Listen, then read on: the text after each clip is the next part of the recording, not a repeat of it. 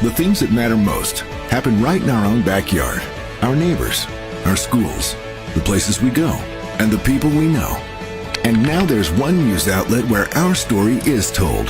Delaware Live. Locally owned, community-based news. Free to every reader, because Delaware's future belongs to all of us. Quality journalism we can trust to help us take on the day. Delaware Live.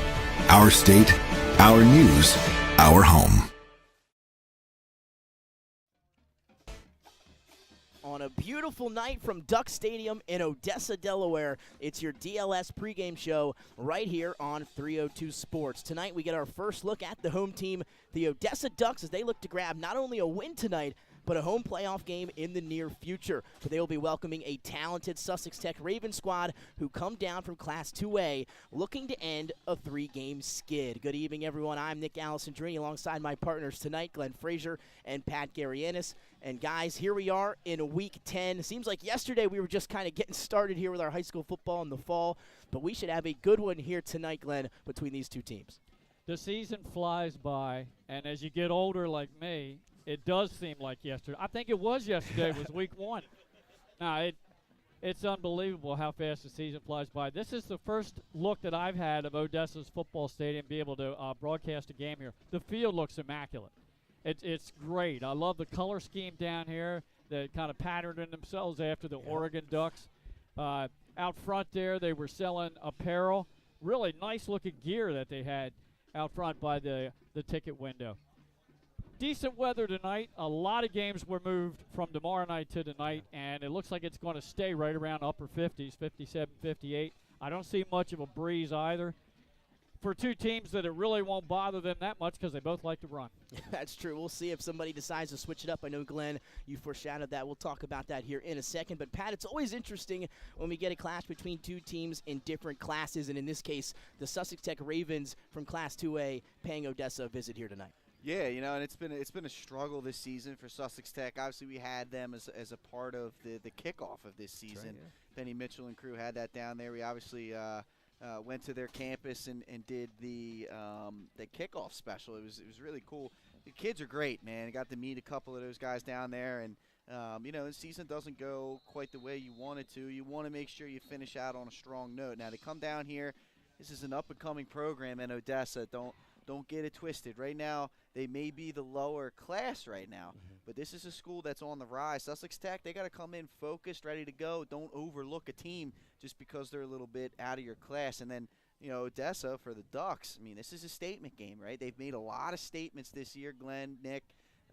These guys are definitely on the rise. They can finish their season out right now with a quality win over a 2A opponent. You know that would be something in a season of firsts. This would be a great one for them.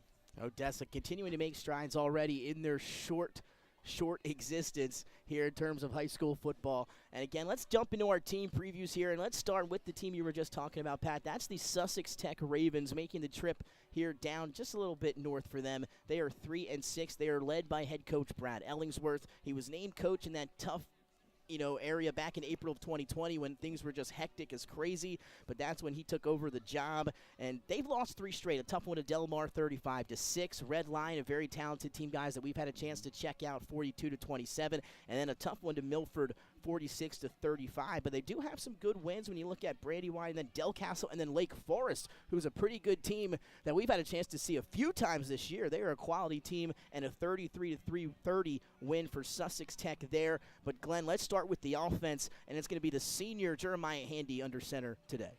Yeah, I'm still scratching my head over that Lake Forest win. It's, Lake Forest has been a little bit up and down too, so those former Henlope and South teams, they're kind of hard to figure out this year. Yeah, let's take a look at the Ravens offense again. They don't throw the ball a whole lot. Jeremiah Handy, who is the team captain, he's completed just 16 of 24 passes the entire season for 338 yards, 4 touchdowns, a couple of picks, and he runs the ball a little bit. He has about 100 yards rushing and another touchdown, but the big guy is Sample, the senior fullback, over 1,000 yards, 10 touchdowns on the ground. He's also catching the ball out of the backfield, almost 75 yards and another score, another captain on the team. And then Zion Roach, the junior running back, with 700 yards and 5 scores. There's your offense right there for Sussex Tech. It's coming right out of the backfield with the fullback and the halfback game.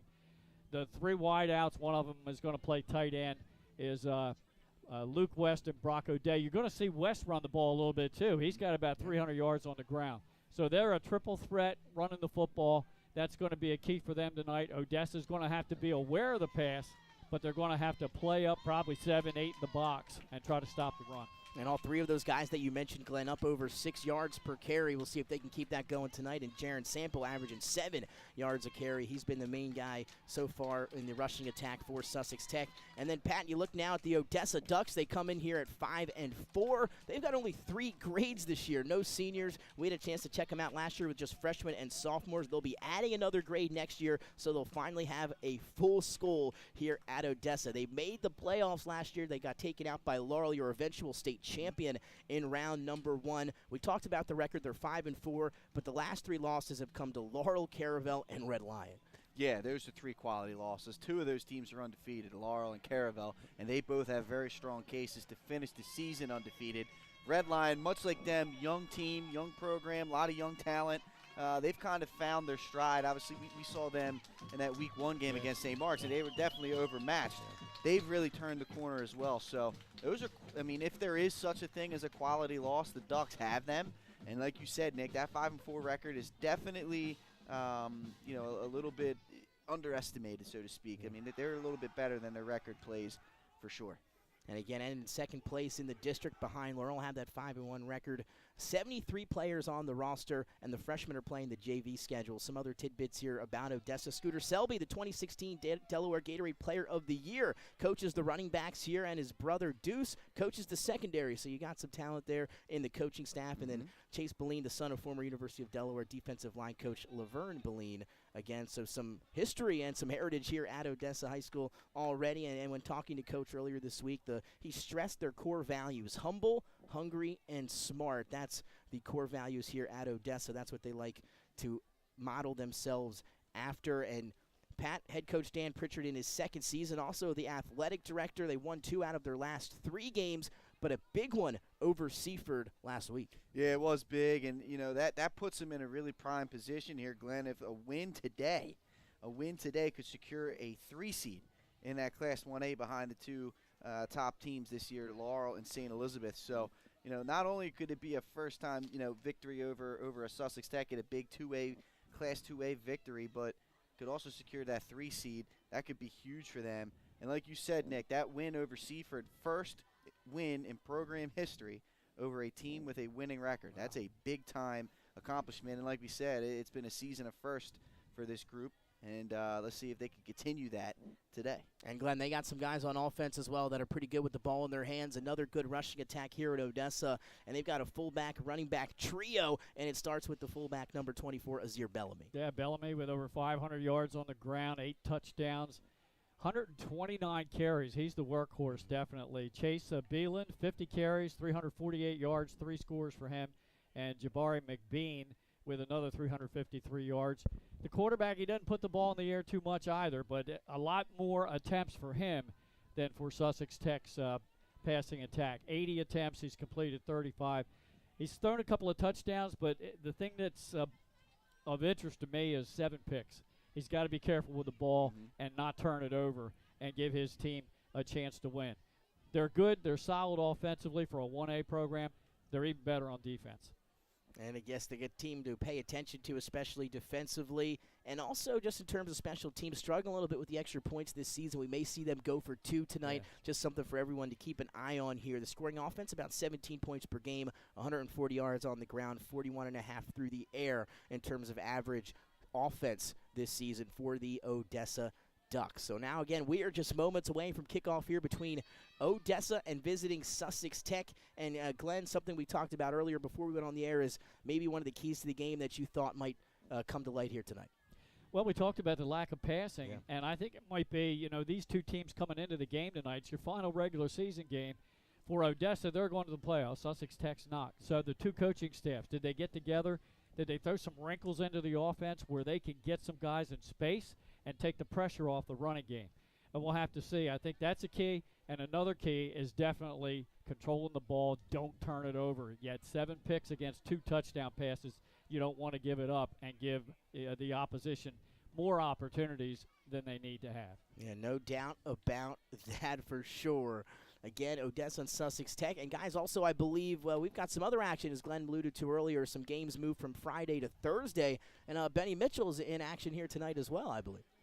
Yeah, you got Del Mar and Laurel in his game of the week. And Laurel's head coach, Joey Jones, has never beaten Coach Hearn at Del Mar. Wow. I think tonight might be the night. Del Mar has a close win against one 1A program, a close loss against another 1A, but they haven't played a program in 1A, the class and the pedigree of the Laurel Bulldogs. So that's their game. You got Howard at Woodbridge tonight. Woodbridge, a proud program the last few years, but they're not going to playoffs this year. Red Lions hosting Del Castle. Christiana Polytech, Mount at Milford, St. E's at Caravel. A couple of undefeateds. And we'll let you talk about that one, sir. Yeah, man. That should be a good one, Pat. You've seen both of them. It's going to be a tough one for my Vikings tonight. I mean, that Caravel group is a deep group, Glenn. We got to see them. I mean, talk about some hard-hitting guys. Markai Carmen and some of those other dudes, they lay the wood against Lake Forest. And, you know, the Vikings this year, it's been the Kasim Benson show. So, yes, it has. You know, that Caravel defense is going to be hungry, and they're going to be keen on number 3. Could be a tough one for my Vikings, but luckily they don't got to deal with them in the playoffs. Here's a couple of numbers for Benson. 33 touchdowns, 1,900 yards rushing. Oh, yeah. That's all you need to know. Those right are career there. stats, Oh, over gosh. 4 years. You're not It kidding. is. Well, let's get to the other 3 games tonight real quick, Yeah. Nick. Lake Forest at McCain. That could be an interesting ball game for Lake heading into the playoffs.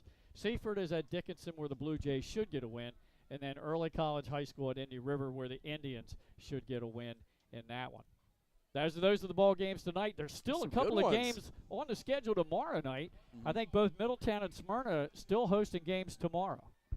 Again, interesting. A lot of stuff going on with the weather. I had some family up from Florida this week, and when they found out, got news of the hurricane and everything going down there. So, again, with thoughts and prayers, everyone dealing with that down in the south right now for sure.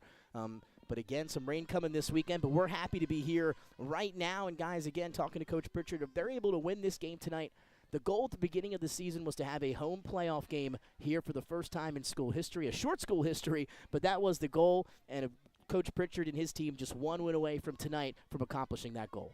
Yeah, it should be a fun atmosphere. Nick, we did this game last year, you and Coach Harmon, their homecoming game in which they got a victory against Polytech. See if we see another celebration right here in Duckland. Again, the Ducks and Sussex Tech moments away from taking the field, and now we are going to pause for the national anthem right here on Delaware Live Sports. Hi, I'm Scott Kammerer from Soto Concepts. Today we're at Blue Coast Seafood Grill and Raw Bar in Rehoboth Beach, Delaware. Come check us out. Located in the Rehoboth Gateway, Blue Coast features indoor and outdoor dining and serves beautiful, simple food that highlights the flavors of Southern Delaware. With chef-inspired daily specials, an award-winning wine list, and an extensive list of craft cocktails and local beer, Blue Coast is the perfect spot for a night out. Blue Coast Seafood Grill in Rehoboth Beach, Delaware, open 7 days a week year-round for lunch and dinner. See you soon.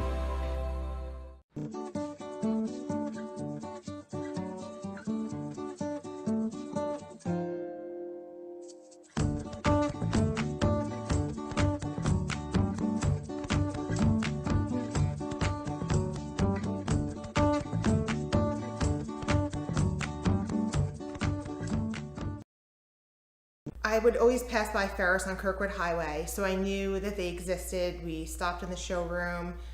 We just clicked, like from day one. They did a total kitchen renovation for us. Ferris was so organized. They were on top of everything from day one. Always here when they said they would be, always on time, kept to the schedule. The level of comfort speaking to everyone that works at Ferris, they were just super friendly, easy to talk to. It was like they were friends, not, people coming to work on our kitchen. The room is totally transformed from what it used to look like. To have all this seating now and the big table, the bench seats, it's great. I love coming home and just walking through the laundry room into the kitchen every day. It was just a great experience. We love Ferris. Welcome back inside Delaware Live Sports. Nick Alessandrini alongside Glenn Frazier and Pat Garianis here live for Odessa and Sussex Tech here on a Thursday night, a special Thursday night football edition of Delaware Live Sports. Sussex Tech won the toss. They will receive. Let's get to the captains here for tonight's game. For Sussex Tech, it's number 7, Jaron Sample. Number 6, the senior quarterback, Jeremiah Handy. And number 55, the senior, Rashawn Smith. And then you look over at Odessa, number 55, Bruce McCauley. 56, Jeremiah Green. 52, Dave Johnston. And number 27, R.J. Carter. And our officiating crew for tonight, fellas, the head referees Bob Collins, the umpires David Miles, linesman Adam Barbas, line judge Greg Fullhart, Dave Swift is the back judge, and up here in the press box running the clock is Paul Lombardo. The great Dave Swift. Swifty. Delaware legend, yep. You're not kidding, Glenn. This is a good one, gentlemen. I'm excited for this. I think this is going to be a good, nice, even matchup right here. And we are underway from Odessa High School, and a little short kick to try to maybe catch the Ravens off guard. It's going to be falling on at the 40. And that's where we'll get our first look at the Sussex Tech Raven offense, guys, led, of course, Glenn, as you mentioned, by the senior Jeremiah Handy. Yep, Aiden Miraz fell on that ball in special teams, and a good job by Odessa, maybe trying to get an onside attempt to start the ball game. Yeah, I think you're right, trying to catch him off guard. We talked about who's going to come, with the plays outside the box, who's going to mix it up a little bit today, and we're seeing it already early here, just 2 seconds into the first quarter. So here we go, 1st and 10 from their own 40 for Sussex Tech, as Handy will go under center. And he'll turn and hand off to the right side to Zion Roach. He'll cut back into the left, pick up a decent amount on first down. We'll call it 5, 2nd and 5 upcoming. Yeah. Go ahead.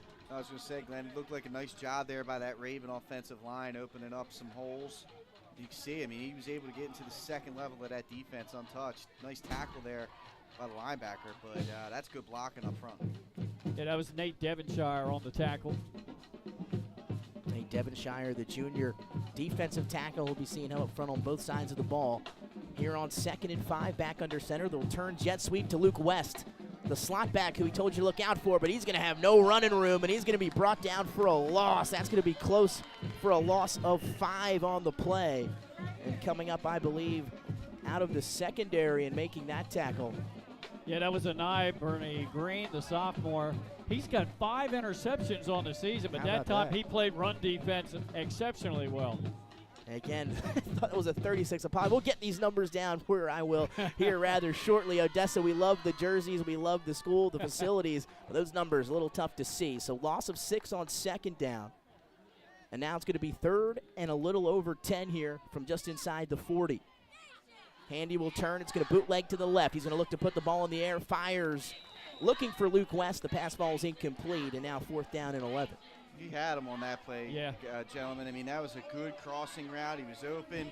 Like to see him get them hips turned a little bit more and deliver that ball a little bit more accurately. Missed opportunity there for the Ravens. Nice stop to start this one off for this Odessa defense. That's such a tough pass for a righty to make. Moving to the left side of the field, stop and throw back across his body like that. It is not an easy one, that is for sure, Glenn. Yeah, across the body. They got him out of the pocket, so Sussex Tech already putting the ball in the air. As Glenn mentioned, 24 times on the season. That number 25 on the incomplete pass. So now Sussex Tech set to boot it away as we'll see the punt team. And Bernie is back deep. Had a punt return for a touchdown against Polytech a few weeks ago. He'll let that one take a hop. It'll take a small Odessa bounce and get picked up at the Duck 30. So with 10:26 to go here in the first quarter, guys, a 3-and-out stop there for the Odessa defense. Yeah, I kind of thought coming in this was going to be a defensive battle.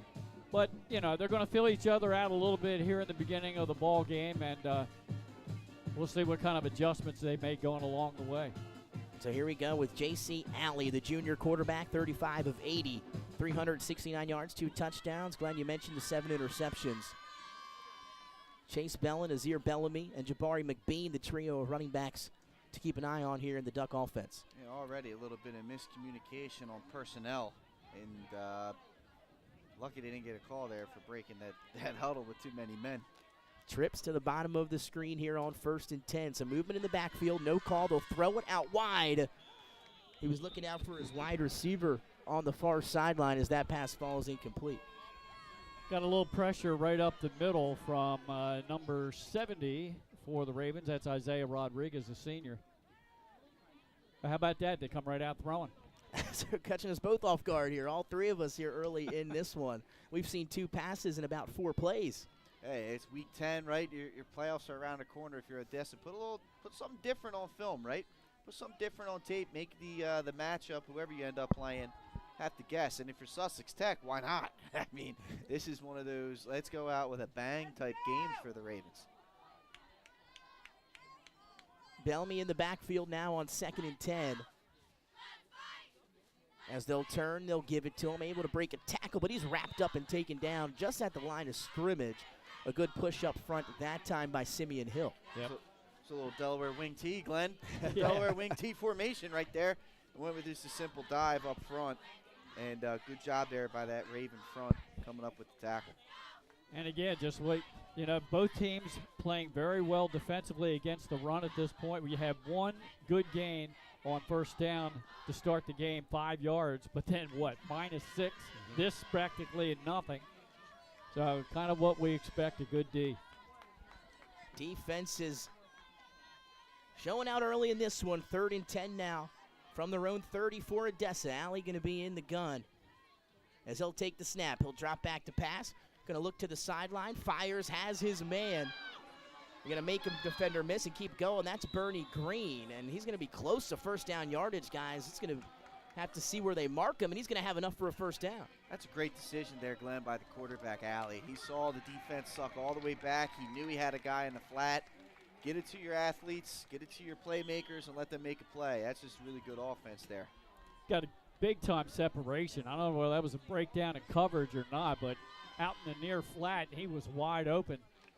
When he caught the ball, they had him stopped about a yard or 2 shy of the first, but when they tackled him, they actually threw him forward to get the first down yardage. We see that a lot. That's that form tackling you work on in the preseason there. That's just technique is what that comes down to.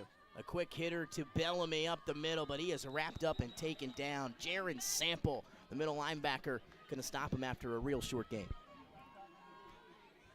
Yeah, a good job. There was a blitzing secondary personnel coming right through, and he got up in there, but the play went past him to his left. Good block at the point of contact, but nice recovery, too. Defense just only give up 2 yards. His Sample, two-way standout. I know you guys alluded to him in the pregame, and he's right in the middle of the defense there for a reason. He's a playmaker. So Lingham out wide here on 2nd and 8 for Odessa. They'll go double slot with Alley in the gun. Bellamy sits to his right. He'll take the snap. Going to look, fire down the sideline, looking for his man, and he's got him. Lingham with the catch at the 30, and he'll be brought down inside the 25. The ball came out at the end of the play, but they're going to mark him down in a big gain through the air. Glenn, what presence in the pocket there. He felt pressure. Alley had pressure up the middle. He kept his composure and was able to deliver that ball on time and on money to Lingham. I mean, that is not an easy throw, Nick, and he was able to put that right on the money in stride to his receiver despite taking the hit. Offensive line gave him time to throw, and he was patient. He waited for the route to open right in the seam, and you're right. Great throw to hit that receiver in stride for a big gain. I believe we'll call it 35 on the pitch and catch from Alley to Lingham. And now 1st and 10, and now some movement up front. And I think the hard count might have got the Ravens fooled. Gotta love it, Glenn. That's the old Omaha. Yeah. Give him the old Omaha set. And that got him. Yeah, you got some experience with that right there. Man. It's voice inflection, fellas. Voice inflection. So Oh, the Lingham. Manning boys. You got to love them. And you got Cooper and what was Eli Manning's Chad Powers? In there? Chad Powers. That's right. Did you see that, Glenn? Did you get a chance to see that? He tried out for the Penn State football team as a walk-on under disguise and called himself Chad Powers, Eli. Well, I'll have to send it to you, man. That's man. a good bit. 1st and 5, hard count again, guys. Wow. No fool them twice in a row. Well, that's So they're the going to pick up a new set of downs, Glenn. easiest first down they had all year, I believe. Yeah. Hey, Sussex Tech, they got to keep the discipline here, right? They can't give a team yardage here. You know, one of the things we talked about in the pregame show was how disciplined Odessa was when we were here last year with such a young team, freshmen and sophomores. Now they got freshmen, sophomores, some juniors, and looking disciplined here early in this one. 7:05 first quarter action, 0-0. New set of downs after the back-to-back offside penalties against Sussex Tech. First and 10 from the 15. We'll have deep motion with Allie in the shotgun. They'll fake it. Here comes the counter the other way. They're going to get it to him, and he's going to get into the end zone for the touchdown. How about that play? Is Allie able to hand off to, I believe it was Matt Keating, who came the other direction, who took the handoff. He went 15 for 6. That's the classic wing tee counter reverse, right? They bring the motion, they fake the sweep off the orbit or the deep motion there, and they got the wing back from the opposite side coming right through for an inside handoff. Really well executed there by the Ducks. The Sussex Tech, they didn't pay attention to the guards, Nick. If they did, they'd have followed it right to the ball. Wonderfully done. Now we'll see what they do with the extra point attempt here, guys. 6-0. Had some struggles with the kicking game here as of late. They'll snap it anyway. The kick is up. Oh. And this one going to be wide left and no good. They tried to give Braden Hill, the junior, a shot at it. But we're going to head to our first break of the evening. Odessa strikes first here at home. A 15-yard run from Matt Keating. 6-0. Ducks leading the Ravens. Your home, your community. It's not just where you live, it's where you belong. At Dover Federal Credit Union, we understand what it means to be local. We started here, and we're not going anywhere. We're as local as it gets, and we like it that way. We're not just a financial institution. We are the local credit union that you can trust. Local people, local decisions. Dover Federal Credit Union. Back here live at Odessa High School with the Ducks and the Ravens here on Delaware Live Sports. Nick Allison-Drini alongside Glenn Frazier and Pat Garianis. And Glenn, we were wondering what we were going to see out of these two offenses and a very balanced attack from Odessa on their opening drive. Can't get much more balanced than 6 plays, 3 runs, 3 passes, 45 yards through the air, 17 on the ground. And then, of course, the 2 penalties that got him 10 more yards. Nice opening drive by the Ducks. Odessa playing like they want that home playoff game. Another short kick going to be caught at the 35 by Sussex Tech. Now going to try to take it the other direction, but great coverage on the kickoff team as Reginald Wright McLaughlin had nowhere to go. But at least not terrible starting position here for Sussex Tech on the short kick. Nowhere to run, nowhere to hide. Rolling Stones. I love that, right, Pat? Glenn. We'll have some good music up here today. We'll get some references in here, don't you worry. So here we go, guys. Drive number 2 for the Sussex Tech Ravens. 3 and out on the first drive, but the first carry was 5 yards for Zion Roach. They went backwards after that. They did find that with a north and south run game, but when they tried to get outside, Odessa was quick to react. So let's see what they do here. Pro formation for Handy under center. A quick hitter up the middle to Sample. He's got room to run. He's got space. Breaks the tackle inside the 50, down to the 40, inside the 30 to the 20. And he's going to be chased down from behind and finally brought down inside the 10. It was a great hustle on the back end from Odessa's number 27, Ramon Carter, to maybe save a touchdown on the huge run by Jared Sample. Yeah, 50 plus. And again, here we go. It was a north-south trap play. And that sprung him loose. He's got great speed, but a touchdown-saving tackle was made by Ramon Carter, or he was gone. Gain of 46, I believe, on the carry for Jaron Sample. It's a good answer right there, Nick. Yes. I mean, that's exactly what the Ravens needed. No doubt about that. You said it. They got north and south there. Handy under center again. This time they'll get him on the bootleg. He's going to hold it himself. He's going to tuck it, run into the end zone. And he is in for the touchdown. Pat, you talked about the response. How about 2 plays, 70 yards, and a touchdown? It's great work right there. Both plays wonderfully blocked, Glenn, and both athletes finding the holes and getting to it. That was a really nice job on the boot by Handy. He's an athlete that they've turned into a quarterback. We talked to them about that in the preseason, and right there you saw it, the athleticism on display. Yeah, that was a great job. Good call. What a response. 2 plays, and it took less than 25 seconds. So a 15-yard bootleg from Handy. The extra point is up and good. And just like that, the Ravens take a 7-6 lead. We'll stay right here for this one, guys. That kick, of course, good by the kicker for Sussex Tech, who you'll have a chance to see a few times tonight. Meadow Tesoro. Yep.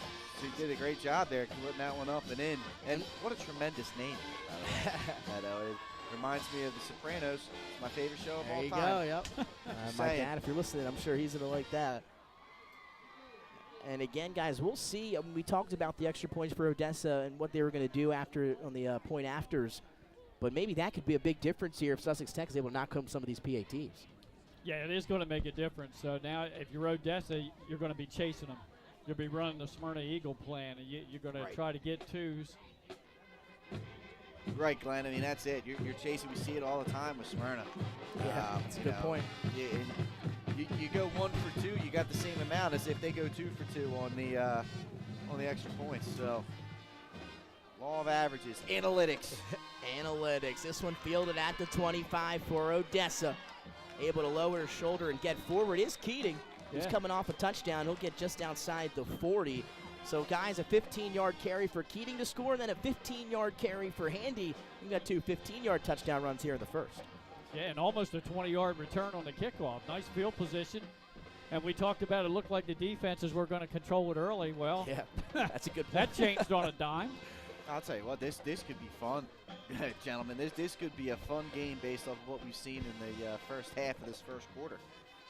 6:18 to go, quarter number 1, 7-6 in favor of the visiting Ravens. Now we'll have Slot to the left with Alley in the gun.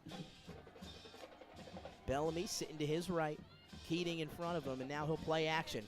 Quick throw, looking to the sideline, but just out of the reach of his intended target, Ethan Van Berkom. Simeon Hill was blitzing through, putting a lot of pressure on the QB, Alley, and he had to get rid of it.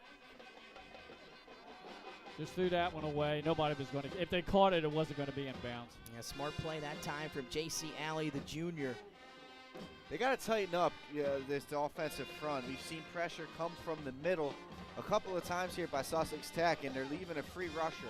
They can't continue that. If they're going to keep this thing balanced, Glenn, as they have so far early in this game, they're going to have to lock that up and change the protection up, slide it, pick up this extra blitzer. Otherwise, it could be a long day passing for Alley. He'll be taking some hits. Get you the starters after this play. 2nd and 10. Alley now under center. They'll turn. Quick hitter up the middle. And he's going to get past that first level of defense and into the secondary and into a new set of downs. And that went into the hands of Jace Bellin, excuse me. And he's another guy you're going to have to keep an eye on here today, guys. 348 yards, 3 touchdowns, over 8 yards a carry for the sophomore. Well, that was a great run right up the middle, and they kind of caught them in a pass blitz again, and he ran right past them. So we'll call that one 17 yards? 17 yards on Bellin's first carry of the ball game. 1st and 10 now into Sussex Tech territory at the Raven 42. Back under center is Alley. Hard count, but this time the center snapped it. And Alley's going to take a shot for a loss there behind the line of scrimmage. And, guys, we saw it there. They were going for that hard count, but this time he had the Ducks fooled, his own team. He did, but there was no flag, so they fortunate to take just about a yard loss, maybe almost 2 on the play. But, yeah, that time it looked like the guard took off, but he didn't get called for being offside. So, hey, they got away with one there.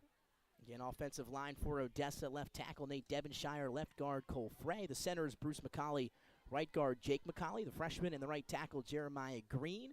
Alley, the quarterback, with your running backs Jabari McBean, Chase Bellin, the fullback Azir Bellamy, your tight end Ethan Van Berkom, and Jalen Lingham. He's at wide receiver. So as you said, Glenn, a loss of 1, 2nd and 11 now for the Ducks.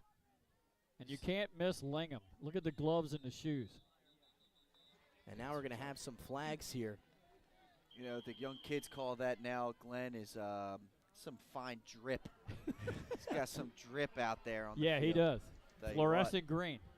And again, it was a miscommunication down on the field. We saw Alley make some changes at the line of scrimmage. Coach Pritchard didn't like what he saw. They'll use the Ducks' first timeout of half number 1. So the clock will stop here at 4:50. Nick and Pat, St. Mark's volleyball is headed back to the championship after defeating the DC Royal squad, Delmarva Christian, 3-1. So they're going back to the title match. That's awesome. They have some success there in the volleyball court, that's for sure. See, Delmar and Laurel. Let's see. No score in that one. No, Laurel is up 14-0. 8:30 to go in the first half. Out of the timeout here at Odessa, 2nd and 10. Alley back under center for the Ducks. Trying the hard count. Good discipline by Sussex Tech up front. And here's the snap. He'll drop straight back to throw. He's tackled. The ball is loose.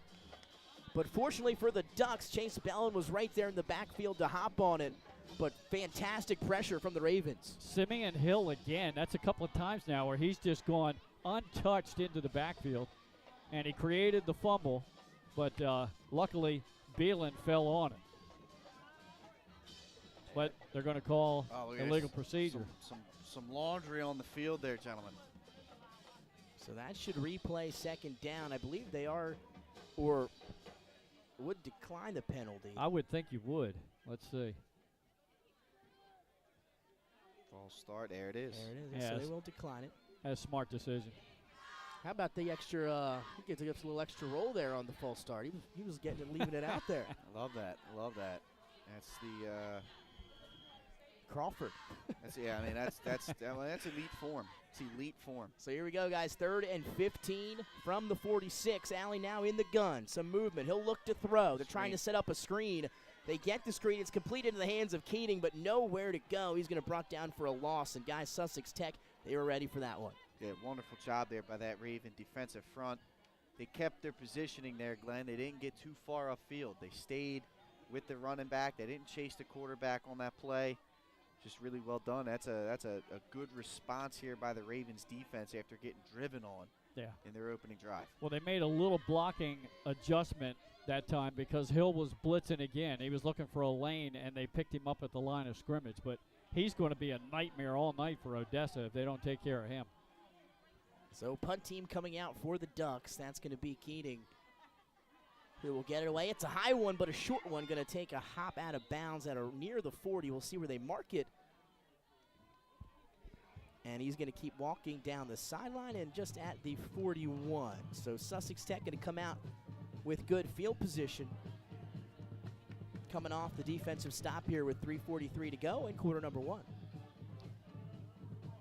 Well, Odessa's got to regroup defensively, that's for sure. Bang, bang, 2 plays and an easy touchdown the last time that the Ravens had the football.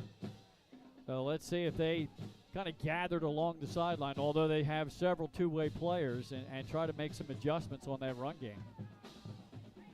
We'll see what they decide to go with here on 1st and 10 from just outside the 41-yard line. Handy under center. They'll turn, fake to Sample. Ball's on the floor as Handy able to get to it. Azir Bellamy came flying in to the backfield to make a play on it, but Handy able to hop on it for a loss. Yeah, a loss of about 7. Looked like just a missed exchange between the quarterback and the running back. He never got a good handle on the ball. And fortunately, he fell back on it. That would have really turned the momentum here. Yeah, not sure if they were trying to get it into the hands of Sample on the quick hitter up the middle, or if he was trying to fake it and hand it to somebody else. Either way, the ball on the ground. Clock running here at 3:11. You mentioned the loss, Glenn, and now 2nd and a mile for the Sussex Tech Ravens here from their own 34. I like those Sussex Tech helmets, though. That's old Eagles wings. I was going to say, I like it. The play action, they're going to go the end around to West. He's going to try to get to the sideline, but not able to do so. Great containment on the outside from the Odessa Ducks, and that's Noah Norman, the sophomore, coming up from the safety position. 64 tackles coming into the ball game for Norman from out of the safety spot. That's 2nd on the team behind linebacker Melton, who has 67. And guys, such a luxury when you can have somebody in the secondary not only be able to cover you on the back end, but able to come up and help with the run game as well. Oh, yeah. Yeah, he has a pick. Like I said, Anai Bernie Green has 5 interceptions. They have 20 turnovers, this defense does. 13 fumble recoveries and 7 INTs. 3rd and long. They're going to get Handy out of the pocket. He's going to fire to the sideline, and that ball is intercepted. Now trying to reverse field is Bernie Green. And now he's going to get to the 35, and he's brought down at around the 30. And Bernie Green, guys, the sophomore, interceptions galore, punt returns. And who was it? 16. That's his 6th interception of the year. We just got done talking about him. And he timed it perfectly, stepped right in front of the intended receiver. Yeah, that was. I mean, it was open there. I mean, that wasn't the worst read in the world. It had to be a great throw, and he missed it on the inside. And Bernie Green, Glenn, with that ball hawking skill, able to step right in front and create a big time turnover. That's big there for Odessa. And you highlighted him in the pregame show.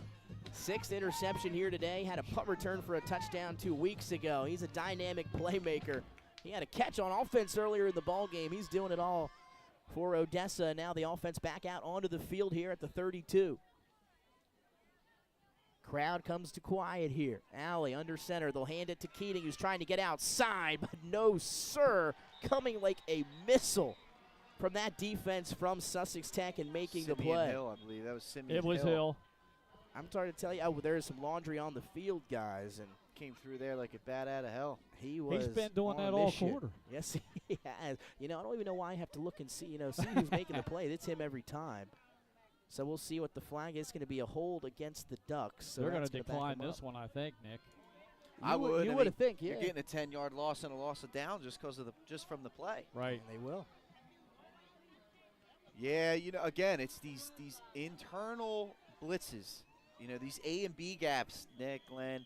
That's where Sussex Tech is really hitting this offensive line of Odessa, and they haven't been able to get everybody blocked, and it's causing issues on these last 2 drives. And Luke West unable to find any running room here in the first quarter. 3 carries, I believe, all going for negative yardage. So a minute 30, 2nd and 20 after the loss on first down. Alley in the gun. He'll look to throw once again here. He's going to take a shot down the sideline. A miscommunication. That ball is intercepted. No, it's dropped. Wow, through the breadbasket. Oh, my. Zane Adams wants that one back, let me tell you. He had that one. And we got to talk to Zane on the preseason. You had him at your show tailgate? At the tailgate, and he was out here. He was out there trying to hold court on the cornhole table. Oh, there you go. And yeah, he wants that one back, man. That hit him right where he wanted it to. Again, I thought he had the interception looking for the blockers, but you said it. What a quick in and out there. But either way, 3rd and 20 as it falls incomplete. Again, you see the internal pressure coming from the A and B gaps, and it's forcing a quick throw by Alley to quarterback, and it wasn't accurate. Here comes some more pressure. It's going to be a quick handoff, though, here for Odessa, but not a lot of running room for Boleen. And he'll pick up maybe a yard there on 3rd down, and now 4th and long. Rashawn Smith, defensive team captain, in on the stop. Played his position, stayed true to it, made the stop. Hardly any gain. So some big TFLs defensively that time for the Sussex Tech Ravens. I believe it all started with the Simeon Hill or Jalen Sample. Simeon Rice. Yeah, there's a throwback. How about that Freudian slip there? That's a good one, Glenn. Yeah. Pressure's coming. And they're going to get it away quickly, able to get it out. Impressive job just to do that alone. It'll take a little hop and bounce just outside the 15. That's the old coffin corner kick, isn't it? Just angled for the kick sidelines. The coffin corner. Nick and I, we remember that as one of the mini games in Madden growing up. Absolutely. That was always a fun one. I tell you, Madden was. It used to be great. It used to be great. You're not sure what happened. What happened?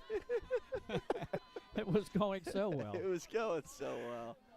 Just like the scoring pace of this one, and now it's slowed up. It's like we highlighted the defense early. The offense took off. We highlighted the offense. Now the defense stepping back up here at Odessa High School. So 38.5 seconds remaining here in the first. 7 of 6. The only difference, an extra point for the Ravens. 1st and 10. Quick hitter to Jaron Sample up the middle. This time the Ducks were ready for it. Looked like the first one in there on the stop was linebacker Melton, and we'll probably call his name a few times tonight. He has almost 70 tackles coming into the game. Yeah, he did a great job shooting the gap there, and then what did Ducks do? They fly together. Ducks fly together. He waited for help, and the rest of his teammates came to help finish up that tackle. Oh, man, if you got to get that reference. Yeah. If you don't, oh, man, what a series of films they were. 2nd and 9. We'll see if they get a playoff. They do. They're going to hustle the line, get the handoff, and we'll see if Zion could do anything with it. That's Zion Roach. And he'll pick up a yard there on 2nd down, and that'll bring us to the end of quarter number 1. 3rd and long coming up for the Ravens on the other side of the break. Sussex Tech's come down to Odessa. They lead 7-6 at the end of the first. We'll be right back with second quarter action right here on Delaware Live Sports. I would always pass by Ferris on Kirkwood Highway, so I knew that they existed. We stopped in the showroom. we just clicked like from day one. They did a total kitchen renovation for us. Ferris was so organized. They were on top of everything from day one. Always here when they said they would be, always on time, kept to the schedule. The level of comfort speaking to everyone that works at Ferris, they were just super friendly, easy to talk to. It was like they were friends, not, you know, people coming to work on our kitchen. The room is totally transformed from what it used to look like. To have all this seating now and the big table, the bench seats, it's great. I love coming home and just walking through the laundry room into the kitchen every day. It was just a great experience. We love Ferris. I would always... Start of quarter number 2 here at Odessa High School in Odessa, Delaware at Duck Stadium. Nick Allison-Drini alongside Glenn Frazier. Pat Garianis here up in the press box between 5 and 4 Odessa, 3 and 6 Sussex Tech, as Odessa trying to get a win here tonight, guys, and have the first ever home playoff game here at Duck Stadium. Got a couple of end of first quarter scores in some other games. Battle of Unbeatens, Caravel 2A 7, St. E's nothing. That's the end of one. Also the end of one, Red Lion 20, Del Castle hanging tough. They put 14 on the board. There you go. How about that? Del Castle again, you know, maybe some losses here and there, but a big improvement this season from the Cougars. They played some good football, Pat. They did, but, you know, I was worried there because I started to see some scores get lopsided in the recent weeks. Yeah. That's good to hear for that Cougar program. Finish the year out strong, finish the year out competitively. That's a good sign. And I got to be honest with you, my Vikings only being down 7 right now to Caravel is a good sign for them as well. Again, that Caravel team, Caravel team is legit, folks. Yes, they are. They are legit on both sides of the football. They might have the best defense in Class 2. They might. They very easily might, Glenn. That's a really good point. And defense wins championships. We know that. Again, Coach Reed, son Jake, the long snapper for the University of Delaware. Get a chance to see him at the University of Delaware games. Made the trip down to Elon a few weeks ago and was sitting right there field side last week. That's a well. proud father there. First play of quarter number 2. They'll hand it up the middle, nothing doing for Jaron Sample on first down. Or excuse me, third down. Good stop there by the Ducks defense, Glenn. They've tightened up. I mean, they had those 2 big plays on the scoring drive, but other than that, Sussex Tech hasn't been able to move the football on them. It looks like they made some quick adjustments on the sideline. The defensive coordinator and the coaching staff got together. You know, you're talking about Coach Reed at Caravel. You don't know how tall that guy is until you get alongside of him. I went down on the field and he towered over me. Had the visor on? Yeah. Yes. There you go. It's the calling card. That one almost blocked. Took his time, but able to get it away. It's now going to take a Sussex Tech hop inside the 35, and Odessa going to begin this next drive from their own 33. A pretty good punt that time for the Ravens. I know, Pat, we've talked about it a lot all year, Nick, about the lack of punt returns in high school football. I don't know whether it's the coaching staff just not wanting to risk a fumble, but they don't even fair catch, it just seems like. They just let it bounce, get away from it. We don't want to risk a turnover. Just think it's the anxiety of the moment by the player. I mean, he sees it coming, and he's like, oh, man, I don't feel confident that I'm under it right now, and I can't see anybody coming. But like you say, Glenn, that's when you wave your hand up. They can't hit you. Yeah. And if they do, it's going to hurt really bad. But at least you're going to get 15 yards out of it. There's no doubt about that. Joey Cochran, if you're listening. Oh, did he get one? Took it to Andre Patton, Pat. I'll tell you, man. I've never seen a hit like that in my life up close. Sorry, Joey. I thought his head got popped off in real time. And we have some more movement up here on the right side. And this time it's the Ducks with some movement, and they're going to get pushed back 5. I was helping the Viking program that year, too. Was that my senior year? Yeah. So I was believe there, man. It was at St. Mark's, I believe. They beat you that year, I think. No, we won. I know we won that. It might have been the year before. Year before that they beat you. Because we beat them that year. You. Yeah, I was young. I remember that one too. Back when they had Eric and Andre. There was some players there. Reminiscent, for sure. Glenn, just like the Little River Band. You can't get much past this guy. No, you can't. I'm going to have to find that clip and show it to you guys in a little bit. 1st and 15 after the 5-yard penalty for the Ducks. They'll turn, hand it up the middle. And that ball is loose on the ground, and Sussex Tech going to recover it. It looked as if it was a great quick hitter up the middle for double-digit yardage. Ball coming out at the tail end, and the Ravens get our first turnover of the night. That is a great run there, Glenn, by Beelan. And you got to hold on to the football there, man. The hit jarred it loose, and Sussex Tech gets a break, a big one right there. All right, so both teams have turned it over once in the ball game. An interception for That's right. Excuse me. Ducks. Interception earlier for Bernie Green. Yeah. So 2 turnovers here, and that's another thing we talked about maybe atop the broadcast and before we even got on the air was who's going to take care of the ball. So 11:02, first play after the turnover. They'll get it up the middle. It's Sample. Wow. Big hit in there. Or Roach, excuse me. And you said it, Glenn, no gain. So Odessa group, Glenn, I know you highlighted them as a key to the game, how good they are defensively. They've been stepping up here for sure. I mean, I know you see some guys got some big time, whether it be sacks or tackles for loss. Yeah. Bellamy has 5 sacks, 44 tackles for a down lineman is pretty darn good in high school football. 26 tackles for Thomas. The 2 defensive ends are special. Second and long, they'll get Handy out of the pocket. He's going to look to throw. Has his man, that Sample, out of the backfield. And he's going to have enough for a first down. I mean, that's all they got to do, right? Glenn talked about how the balance really helped the Odessa offense on that first drive. Ravens got to do the same thing. You got to trust your quarterback here. I know that he hasn't thrown the ball a whole lot, and he's not a quarterback by trade, but plays like that, nice easy throws into the flat, getting the ball to these running backs in different variety of ways, could potentially loosen this defense up. I think that'll be important for them. Yeah, we saw it on the opening drives. So under 10 minutes to go here in the first half, still 7-6. New set of downs for the Ducks the Ravens deeper into Duck territory. This time they'll turn, hand it to Luke West, trying to make some defenders miss. He's going to be hit hard near the sideline, but a good chunk of change there for West on the first down carry. That was Melton, the linebacker, running him out of bounds for, he looks like he picked up about 5. That's a pretty good play on first down. And that's the Luke West's biggest carry of the night so far. They've tried to get him the ball to the outside a few times. He's been taken down for losses. That time able to turn up and pick up a nice gain. Yeah, Glenn, I know you had mentioned Melton earlier. Another guy, special talent. You had alluded to the tackles. He's also got 6 tackles for loss, 5 sacks, 2 fumble recoveries for touchdowns. Now they'll turn, fake it to Roach. Now it's Handy. Thought he would have some outside room there on the play action. The Ducks stayed contained there. They'll pick up a few. Yeah, that was R.J. Carter, the outside linebacker. He stayed right out there, didn't bite on the fake, and he turned the play in. Well, guys, 3rd and manageable. 3rd and about 3.5, 4 here for the Sussex Tech Ravens, leading 7-6. Ball's just outside the 25. So big 3rd down coming. Maybe 2-down territory here for the Ravens. Yeah, I agree with you. Handy will turn. They'll go to Zion Roach this time, trying to follow Jaron Sample. He'll lower his shoulder, pick up a few extra ones, and that'll be enough for a first down. Noah Norman, that strong safety, and on the stop again.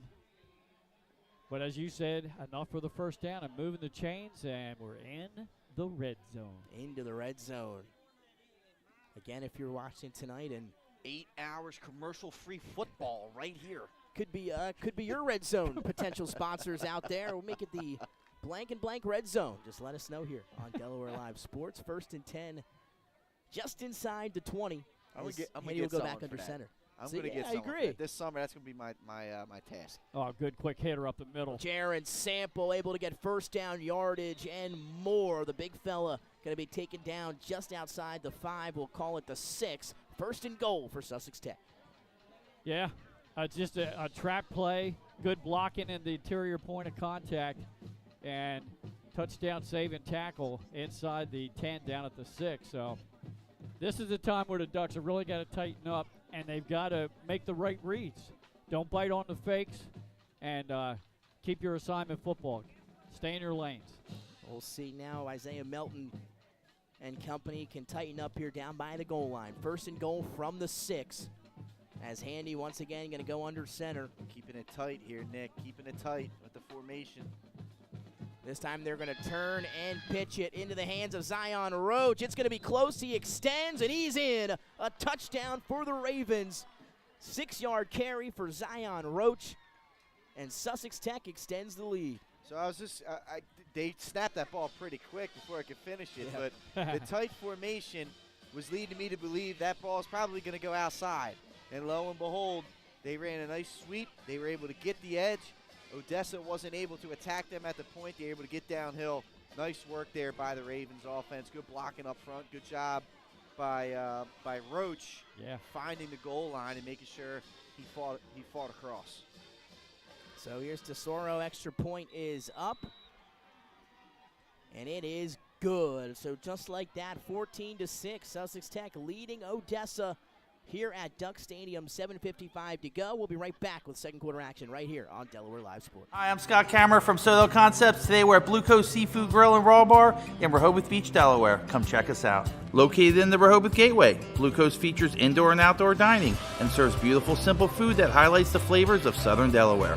With chef-inspired daily specials, an award-winning wine list, and an extensive list of craft cocktails and local beer, Blue Coast is the perfect spot for a night out. Blue Coast Seafood Grill in Rehoboth Beach, Delaware, open 7 days a week year-round for lunch and dinner. See you soon. Hi, I'm Scott Kammerer from Sotho Concepts. Today 14-6 after the 6-yard touchdown carry to Zion Roach at the goal line for Sussex Tech. Guys, the Ravens leading this one now by 8 as they're set to kick it away. 7:55 remaining here in the first half. And Glenn, what did you see on that drive from the Ravens? Oh, they just ran the ball well. They executed so well. They really didn't mix it up that time. Hardly anything in the passing game. They just went in and out. They ran a lot of sweeps and had success with it. Another short kick on the kickoff, and trying to do something with it is Isaiah Melton. He's saying, I can do it on defense, but let me get the ball in my hands here a few times, and going to return that kick for about 10 yards. And now great field position to start for Odessa. They're just outside the 50. And Nick, he almost broke that. I think if he had one more defender missed on special teams, he might have gone the distance. Got a couple more updates real quick for you guys there at halftime, and Pat, you'll be happy to hear it. 7-0 Carabel over St. E's at the half. 14-8, Howard with a slim lead over Woodbridge. Laurel at the half, 21-7 over Delmar. And those are the games we have right now at halftime. How about that? That low scoring Carabel. That St. E's defense stepped up. They're stepping up then too. That's a tough defense to move the ball on Carabel, and like I said, I mean it's pretty one-dimensional. Wow. Counter the other way to Beelan, and he's going to be dropped for a TFL as they started double slot in the gun for J.C. Alley. That's Sidney Frazier, number 50, leading the charge defensively there, breaking through, making the play. Junior coming up with a big-time tackle. Loss of 2 that time for Beelan.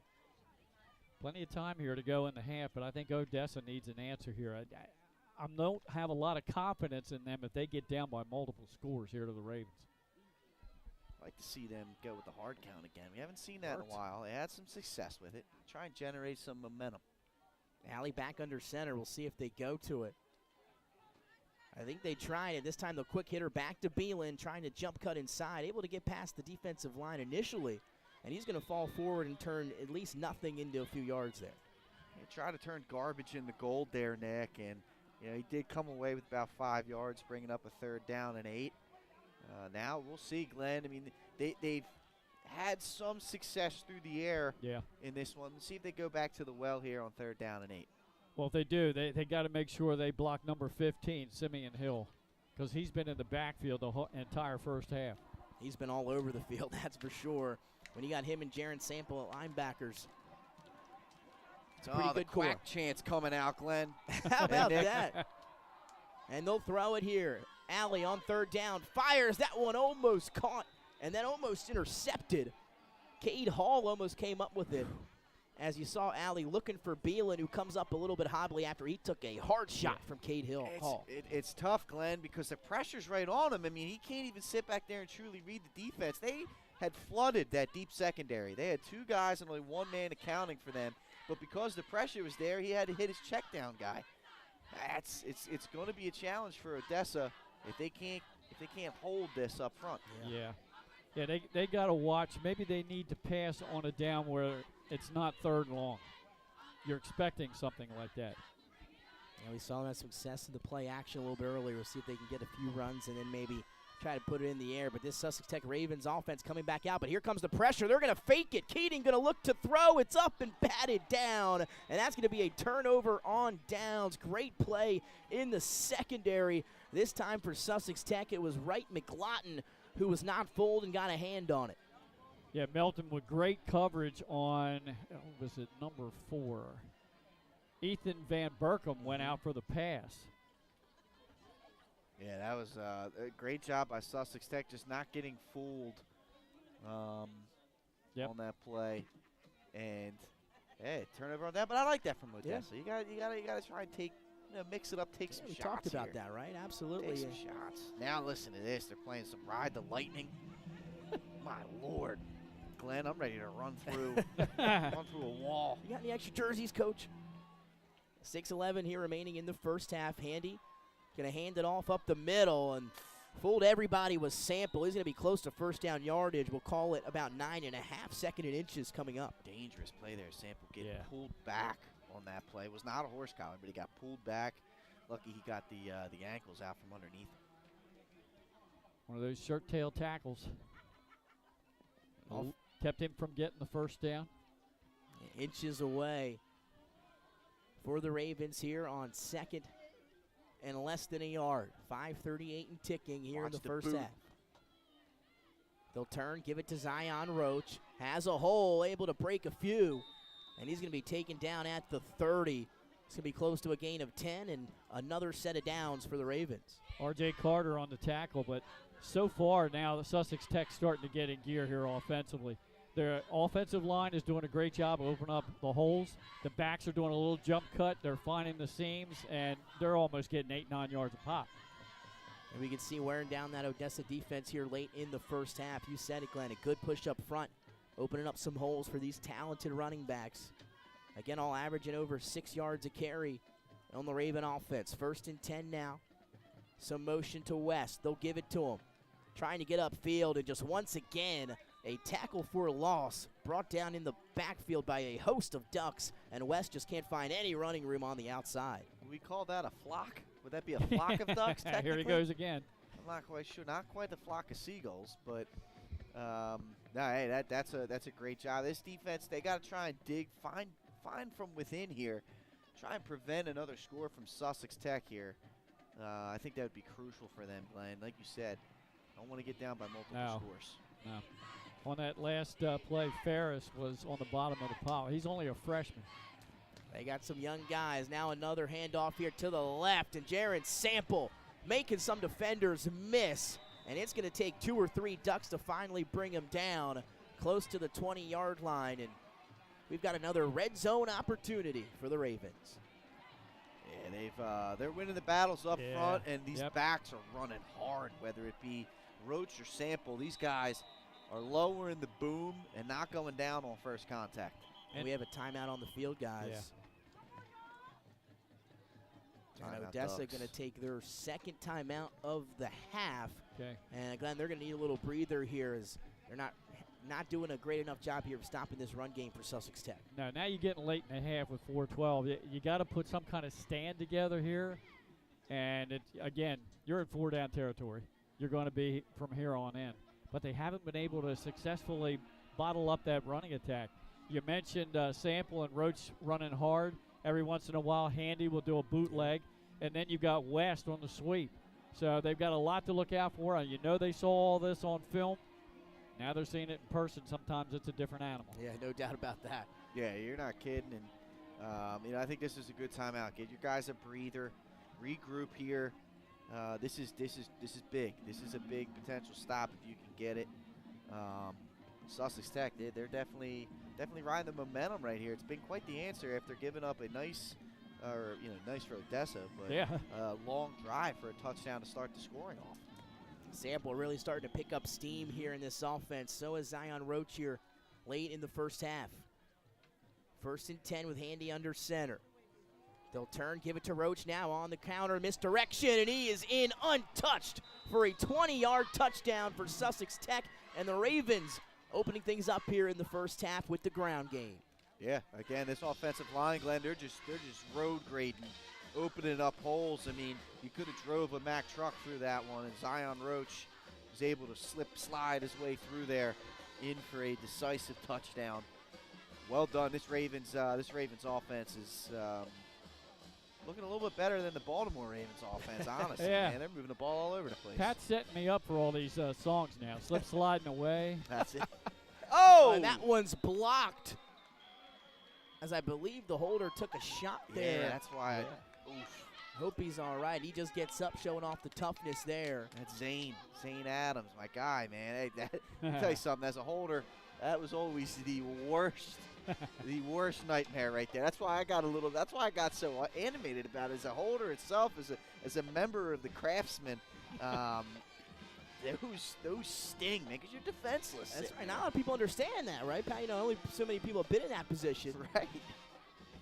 It is definitely a very under-respected, but I feel like very important part of any football team that plays holder. Yeah, not only do you have to be Lucy and Charlie Brown, That's correct. you got to trust the kicker's not going to bust your hand wide open. That's correct, man. So you're thinking about that. You got to get the ball spun around the way they like it, seams facing the goal. And then you got to hope a 6'5", 300-pound lineman doesn't fall on you. I got a story for you guys when it comes to exactly that. Another short kick here for the Ravens. That one's loose, but a good job by the Ducks to fall on it. They'll have good field position at the 43, and jumping on that one was Ramon Carter. Okay, here we go. The Ducks, I think they need to score, Glenn. I think you would agree here. Yeah. 4 minutes to go. You got time, but you got to get some first downs here. That's the first goal. You got to get the chains moving and put together a nice drive here. So what do you think, guys? Come out passing? I'd go play action here on first down. Okay. I wouldn't drop straight back. We'll see what they decide to do here. Allie has thrown the ball 6 times. He's 3 of 6. So we talked about, how many times they're going to pass. 6 times in the first half, and we'll see what they got here on this drive. 1st and 10. Allie will turn, hand to Bellamy as a hole up the middle. He's running hard, dragging a few Ravens forward. And that's going to be a gain of 8 on first down as we tick under 4 minutes. Yeah, that's a really good run there by Bellamy, and he had lowered the shoulder, but not quite enough. Get him a little bit lower, and I think he falls forward for a first down. But good work up front there by that Odessa offensive line, Glenn. And Bellamy's been running hard so far tonight. He had the fumble a little bit earlier, but he did a pretty. No, I'm sorry, that was Beelan, yeah. But these guys are running the football hard, man. Yeah, that was a quick hitter up the middle. Good job. Guess who made the tackle? Simeon Hill. Number 15. Of course. I tell you something about those number 15 linebackers. Who but I like Simeon Hill. 2nd and short for Allie, who will go under center. Right back to Bellamy. Same play, quick hitter up the middle to the left side. He'll have first down yardage. And he'll be brought down at the 45. So back-to-back hitters to Bellamy and a new set of downs for the Ducks. A good job by the interior line. And we're talking about the McCauley brothers, freshman Jake, junior Bruce, the brothers, and Cole Fry. Those 2 guards in the center are starting to open up a little gap there. And that's what we saw that Sussex Tech offense on the last couple possessions. That offensive line started to get a nice push forward. The run game followed.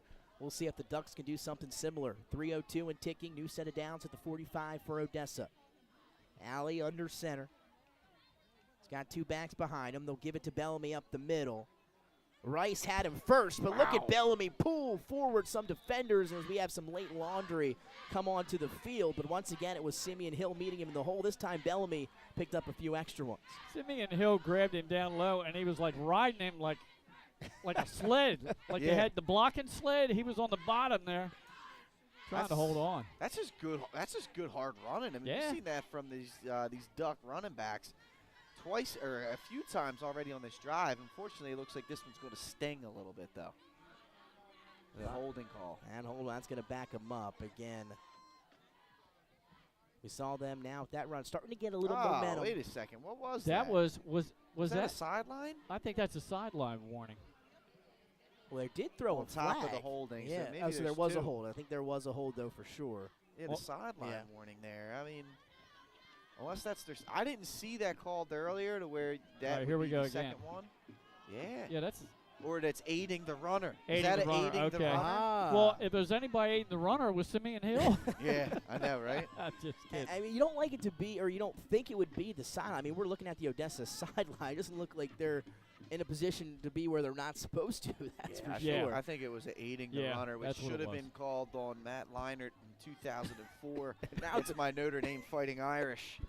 It's the reason why they made that national championship game instead of Brady Quinn and company, but that's neither here nor there. Was that I'm the not year bothered by it. was that a tough loss to Michigan early that year too, or was that the year before? No, I think they were both undefeated coming so into that was that the year, game, and that was who was going to play Texas. What a game that was. So the holding call going to negate the new set of downs for the Ducks. Still clock ticking now at 2:12. Allen under center, miscommunication, and he is going to be slung to the ground. Nice play up front by big number 70, Isaiah Rodriguez, the senior defensive tackle. And that time, Alley just didn't have a back to give the ball to. And that looked like a guard trap, Glenn, which typically they leave that guy unblocked because he's going to fly upfield and you're going to run right up underneath him. Looked like perhaps the quarterback turned the wrong way, and that just blew that whole play up. Yeah, so after a couple of nice runs, you moved the chains. You had time to maybe get in the end zone. You're going the wrong direction.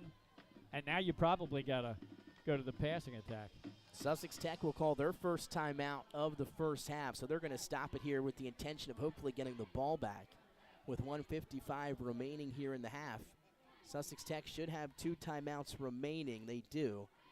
So with 1:55 to go here, guys, in half number 1, it's second and about 19 for Odessa. Sussex Tech here, they can get the ball back. Well, I think that's what they're thinking, right, Glenn? Oh, yeah, they definitely. Get opportunity. I mean, they got big-time playmakers, and some speed on that offense between, Sample and Roach as well as Handy himself. So, they do have the opportunity to have some quick strikes. Yeah, it's a good timeout by Coach Ellingsworth. I mean, it gives his chance if they can get a stop here.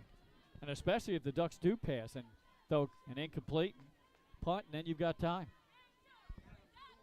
So we'll see what Coach Pritchard and the Ducks decide to do offensively here on 2nd and 19. They are now backed up after the holding penalty into their own territory just outside the 45.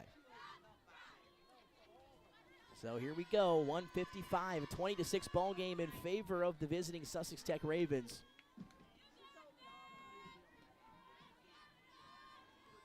Here's 2nd and 20 for Alley, who's in the gun. He'll take the snap. He'll throw looking down the middle of the field. That ball almost intercepted as Alley tried to put that one in the air to Lingham. Great coverage on the back end. I think that was Luke West who was able to get a hand on that one. Yeah, West did a good job at going and getting the football. The ball just sat in the air for a little too long. Why don't you throw that a little bit more on a strike? And it looked like, guys, he had Keating open going down the sideline. Yeah, it was pick your poison, right? You throw who do you want to see. It was 2 guys flooding 1 guy. Yeah. He either had the wheel route or the post. He threw the post, Glenn, but you're right. The wheel route was definitely open there as well. So 3rd and 19. We'll see if Odessa decides to put it in the air here. 1:49. Clock stopped on the play. They will. Alley going to look. He's going to fire on the arc route deep to the sideline. That ball almost intercepted. And Pat, they were going with a similar idea there. Zane Adams got a hand on it to break it up. 4th down. But they tried to leak him on the arc, out and up. Yeah, Zane did a good job of sitting and keeping honest with his zone. Yeah. In a cover 3, they ran the post at him, hoping that he would run with the post, but he knew he had safety help in the middle. He sat there for the wheel route. The ball came right to him, just couldn't hold on to it. Now the all-important punt. How much field position do you give up here? Keating is the punter. We saw him throw the ball on the last 4th down. Not sure he'll do the same here with 1:44 in the first half. It's a quick one. He gets it off. It's a decent kick for Keating. It's going to take a nice Odessa hop. A beauty if it could stay in play. And did it? Oh, a diving attempt there. What a job by Bruce McCauley to hustle down there, lay out, full extension, almost able to save it, but just hitting the end zone does the ball and McCauley. I'll tell you what, man, that's just good effort there. Oh, Glenn. yeah. That's a great punt. I mean, he got it end over end, and it just took its time bouncing inside the 5. The kick coverage team just couldn't get down there in time. And that's going to be something that Bruce McCauley, you could put that on the film. Oh, yeah. There, Nick. You talked earlier about the 3 pillars to the success here for Odessa. Yeah. That's an example of one right there. Those are the kind of plays right now. Okay, right now you're a new program, got a couple of years in front of you here, but humble. That was hungry. That was hungry right there. Yep. Going and trying to save. Hey, field he's position. starving. So $134 now for Sussex Tech to work with. Let's see what they do. Handy going to play action, going to fire. West open, makes the catch at the 35. Lost his footing. He'll be tackled at the 39. A gain of 19 and a first down. That's a really good throw there, Glenn, by Handy. He hasn't had the ball in his hands a whole lot this season, but that looked like a really good throw. He put that right in the window where it needed to be on the cover, too. I was shocked when I saw the season stats that he only attempted 24 passes all year. I just couldn't get over that. Especially with them having 6 losses Right. and trailing in games. Right.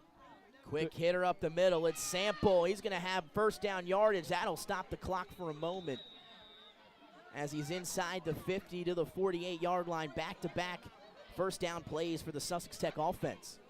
Yeah, great Yeah, work. double-digit plays, 12 yards on the carry. Now, look, they're all ready to midfield, and they still have 2 timeouts left. Yeah, been 20 seconds. They've gone 30 yards in 20 seconds as they're now into Odessa territory. 1st and 10 from the Duck 49. Handy going to hand it off. It's Zion Roach. He scored twice on this play already. He's going to be hit right at the marker inside the 40. They're going to mark him short, so the clock will run. We'll see if the Ravens decide to use a timeout here, and they will. Yeah. I'll tell you what, Glenn, they're doing a really good job on these counter or delay handoffs of walling off the inside of the Odessa defense.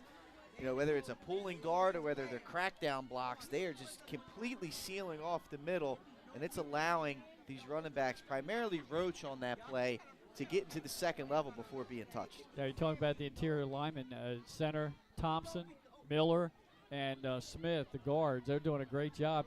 And give him credit. We're talking about Sample. On that counter play, he's waiting for the hole to open. He's not racing up and trying to hit the gap too quickly before the block actually gives him the opening. And again, that's the vision. And Glenn, like you said, you know, that's a skill that running backs, you know, not every running back has. No. I'll tell you who was great at that was Will Knight from Smyrna. Yes, he was. I he will let say, stuff Will develop. Knight, man, I'll tell you, and again, All-CAA Freshman of the Year at Delaware when he was there, fantastic. Again, hope he's doing well wherever he is now, but what a career he could have had as a Blue Head. I think he could have been a great Blue Hen. I agree. It's a shame that didn't work out. He's not playing anywhere right now. 2nd and 2, Handy going to fire. That's going to be a leaping catch, and I think he was able to make it. Yeah, they called it a catch. And they did. That's Zane Adams near the sideline. That's a first down. Clock stopped with 46 and a half seconds. 1 timeout remaining for the Ravens, and it'll run.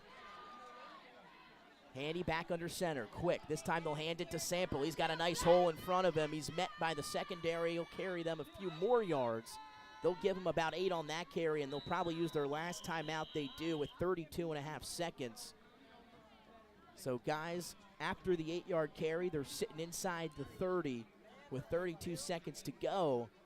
We'll see what Sussex Tech decides to do here out of the timeout. You don't have to settle for a pass, Glenn, and I'll let you add into this, but get the first down, the clock will stop temporarily, get up on the ball, spike it, and then go from there. I think that, you don't necessarily have to go to a pass. Now, I do also like, let's take a shot at the end zone on 2nd and short, and then go get the first down on 3rd down. Yeah. But a couple different options. It is, but they've done so well with that counter. Yes, I'm not sure you just don't go to the counter again and it might bust it all the way. But this is huge, especially for Odessa. You're going to go down 3 scores if you give up another one here. That'd be a tough one. Odessa's defense going to have to step up here as the first half winds down. Another touchdown would be big time for the Ravens. 32 and a half seconds to go, half number 1.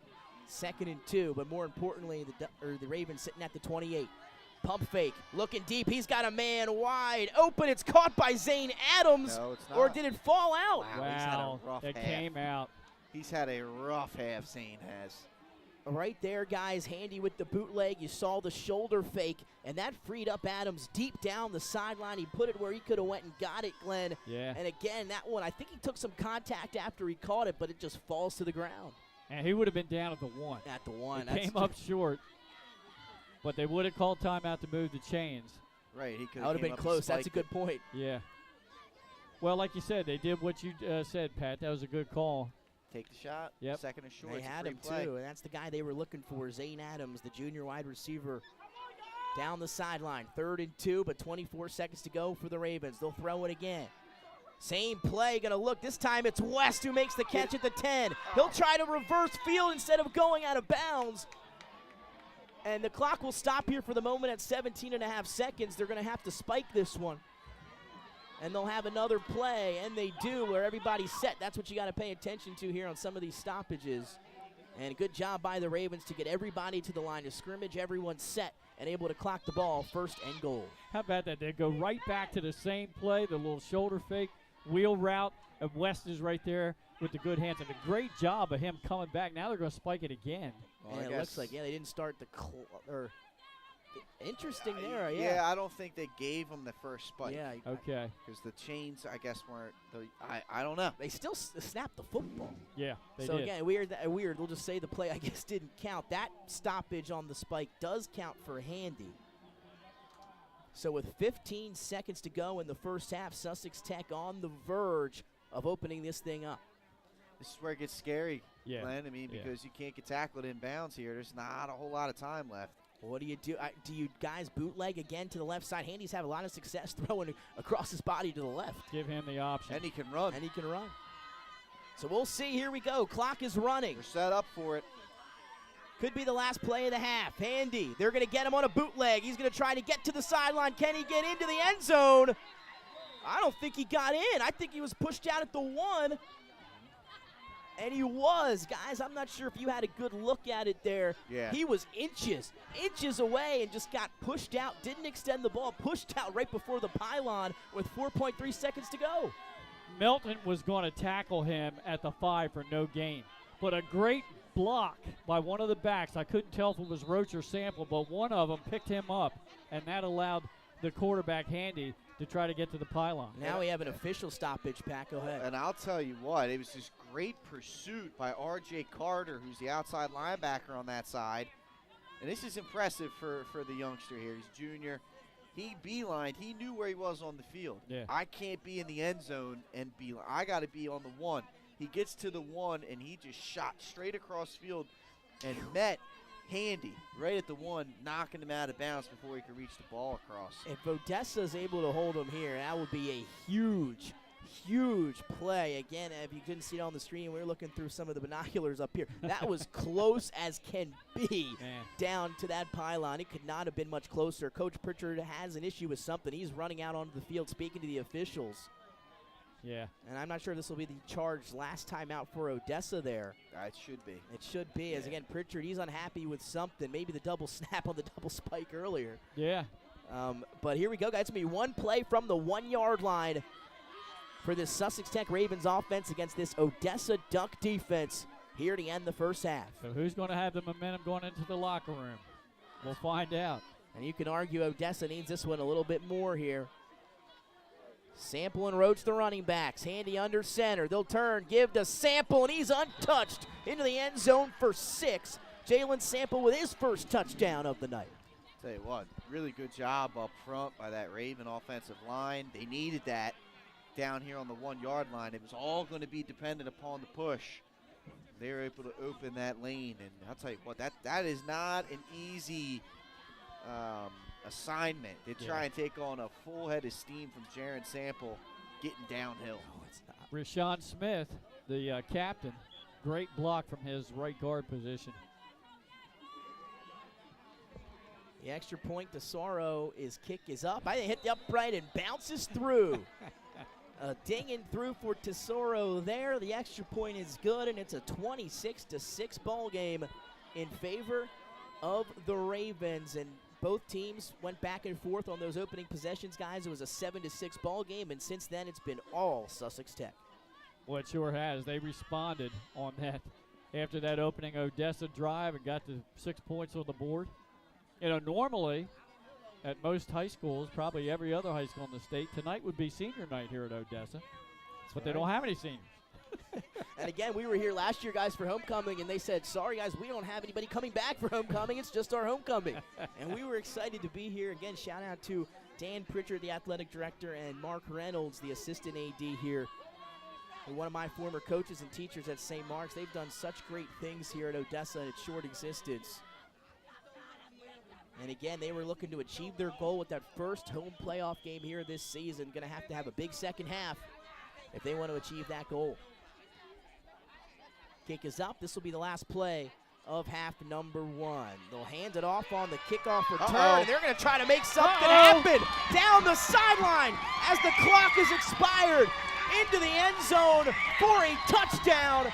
Odessa strikes on special teams as half number one comes to a close. How about Jalen Lingham, who gets the handoff on the design kickoff return play for 6. It looks like that was about 85 yards. That is an old Middletown High School play from the 60s where you used to have 2 guys back returning the kick, and they would do it either a handoff or a fake handoff. Boy, once he hit about the 35 and broke a couple of tackles, he was gone. And I like how he changed his field of motion. Instead of keep going straight down the sideline, he cut it back to the middle of the field to keep that defender's angle away. Well, that's it, Glenn. That's exactly why you do something like that. And, yeah, you know, we used to run the handoff as well at St. Elizabeth, so how about that? You don't see that too often anymore. No, you don't. You don't. Well, they Now go for we'll 2. go for 2, as Glenn said. Allie going to look to throw. Fires across the middle. That ball's batted down. So he was looking for his intended target, Ethan Van Berkom, and that'll bring us to the half of number one. But what a way to do so, as Lingham returns a kickoff for about 80 yards for a touchdown. And guys, it has been all Sussex Tech, as we talked about before that play. The Ducks needed that one bad. Oh, yeah, big time. Well, they did. They can carry some momentum into the second half now. 2-score game. I mean, that's important. And that was exciting. That was an exciting play to finish it off. That's going to be on your Week 10 top 10 plays here in just a little bit. But that'll do it for half number one from Duck Stadium. Odessa strikes there at the end of the half, but it's still Sussex Tech out in front on the road, 27-12 as we head to the locker room. We come back here in the third quarter. We'll get you some halftime stats, things to look out for, and then back here with third quarter action right here on Delaware Live Sports. Hi, I'm Scott Kammerer from Soto Concepts. Today we're at Blue Coast Seafood Grill and Raw Bar in Rehoboth Beach, Delaware. Come check us out. Located in the Rehoboth Gateway, Blue Coast features indoor and outdoor dining and serves beautiful, simple food that highlights the flavors of Southern Delaware. With chef-inspired daily specials, an award-winning wine list, and an extensive list of craft cocktails and local beer, Blue Coast is the perfect spot for a night out. Blue Coast Seafood Grill in Rehoboth Beach, Delaware, open 7 days a week year-round for lunch and dinner. See you soon.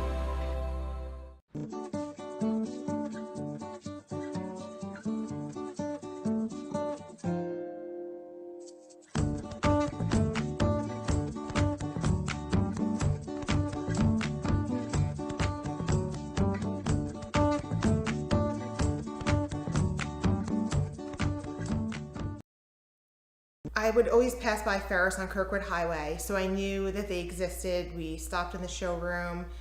We just clicked, like from day one. They did a total kitchen renovation for us. Ferris was so organized. They were on top of everything from day one. Always here when they said they would be, always on time, kept to the schedule. The level of comfort speaking to everyone that works at Ferris, they were just super friendly, easy to talk to. It was like they were friends, not, you know, people coming to work on our kitchen. The room is totally transformed from what it used to look like. To have all this seating now and the big table, the bench seats, it's great. I love coming home and just walking through the laundry room into the kitchen every day. It was just a great experience. We loved Ferris. Welcome to Premier Physical Therapy and Sports Performance. We're a locally owned outpatient physical therapy practice with convenient locations in all 3 counties in Delaware. At Premier, we have experienced physical therapists with advanced credentials, but their hospitality, passion, and enthusiasm is what makes the difference for you. Find our convenient locations at premierptsp.com. You may have tried physical therapy, But have you tried Premier? Hi, I'm Scott Kammerer from Soto Concepts. Today we're at Fish On in the Villages of 5 Points. Come check us out. Fish On is committed to serving beautiful, simple coastal cuisine in a cool atmosphere with a happening bar, spacious dining room, and outside patio. Popular dishes include the seafood stew and fresh oysters from the Raw Bar. Fish On's recently renovated event room and is the perfect spot for your next event. Fish On in Lewis in the Villages of 5 Points, open 7 days a week, best happy hour around. See you soon.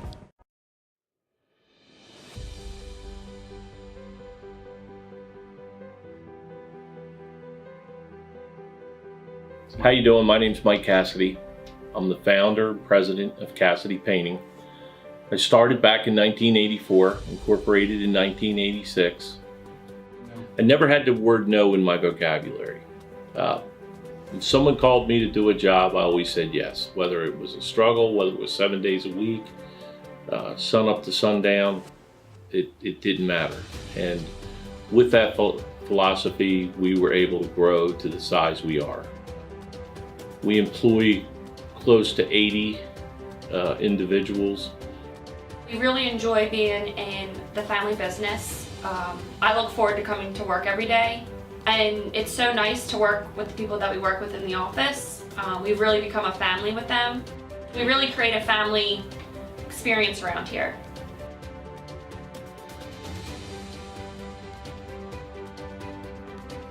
And Cassidy Painting is a very diversified company. We don't say no to anything. We deal with everything from epoxy floors to painting buildings to spray foam insulation, spray fireproofing. If it deals with a coating, we can handle it. So when our customers call and they're under the gun and they know the need to get a job done, they know who to call because we perform. We've always been performed. We've never been replaced out of 37 years of business. For any of your painting needs, we can handle it.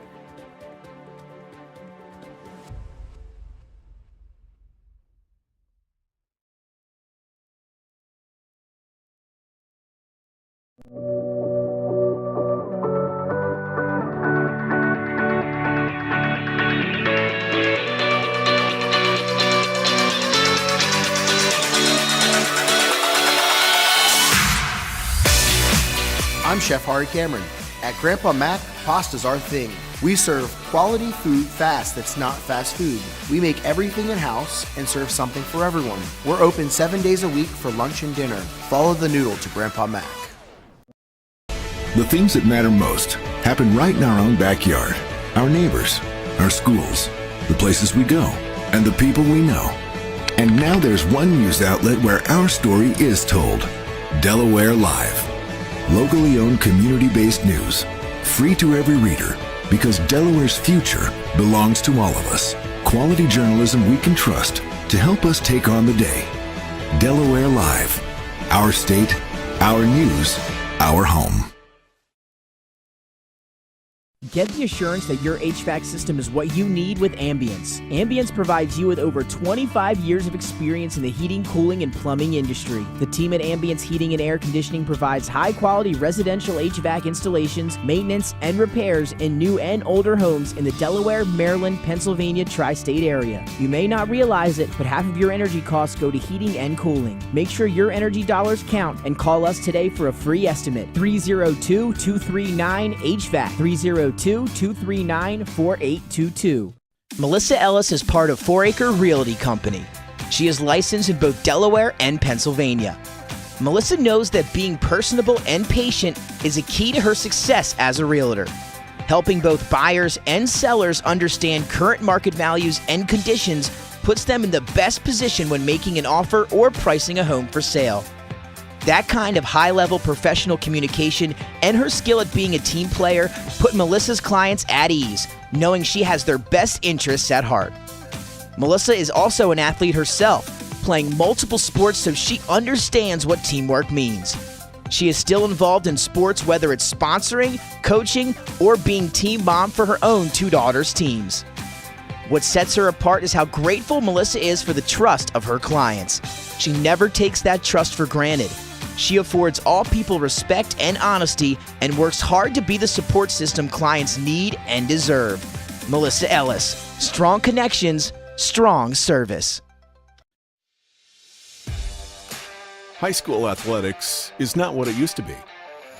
The sporting goods industry has been disrupted, adding to coach and athletic director daily challenges. BSN Sports stands ready to change the fundamentals of our industry, giving our customers the advantages they need right now.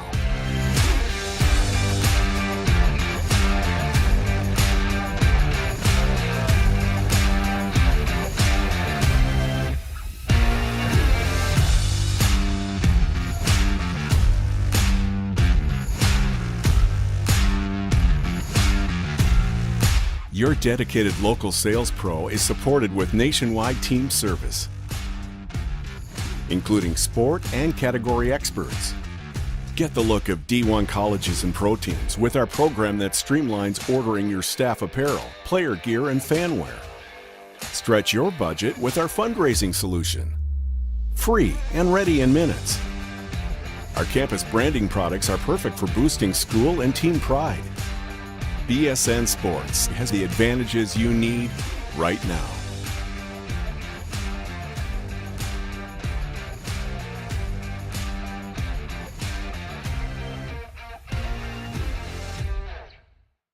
Hi, I'm Scott Kammerer from Solo Concepts. Today we're at Matt's Fish Camp in Fenwick Island, Delaware. Come check us out. Matt's Fish Camp features seafood classics, coastal comfort food, and chef-driven specials that pair perfectly with our large selection of craft ales, curated wine list, and camp cocktails. Matt's offers indoor and outdoor dining and is the perfect place to have dinner with your family, happy hour with friends, or enjoy lunch at the Raw Bar.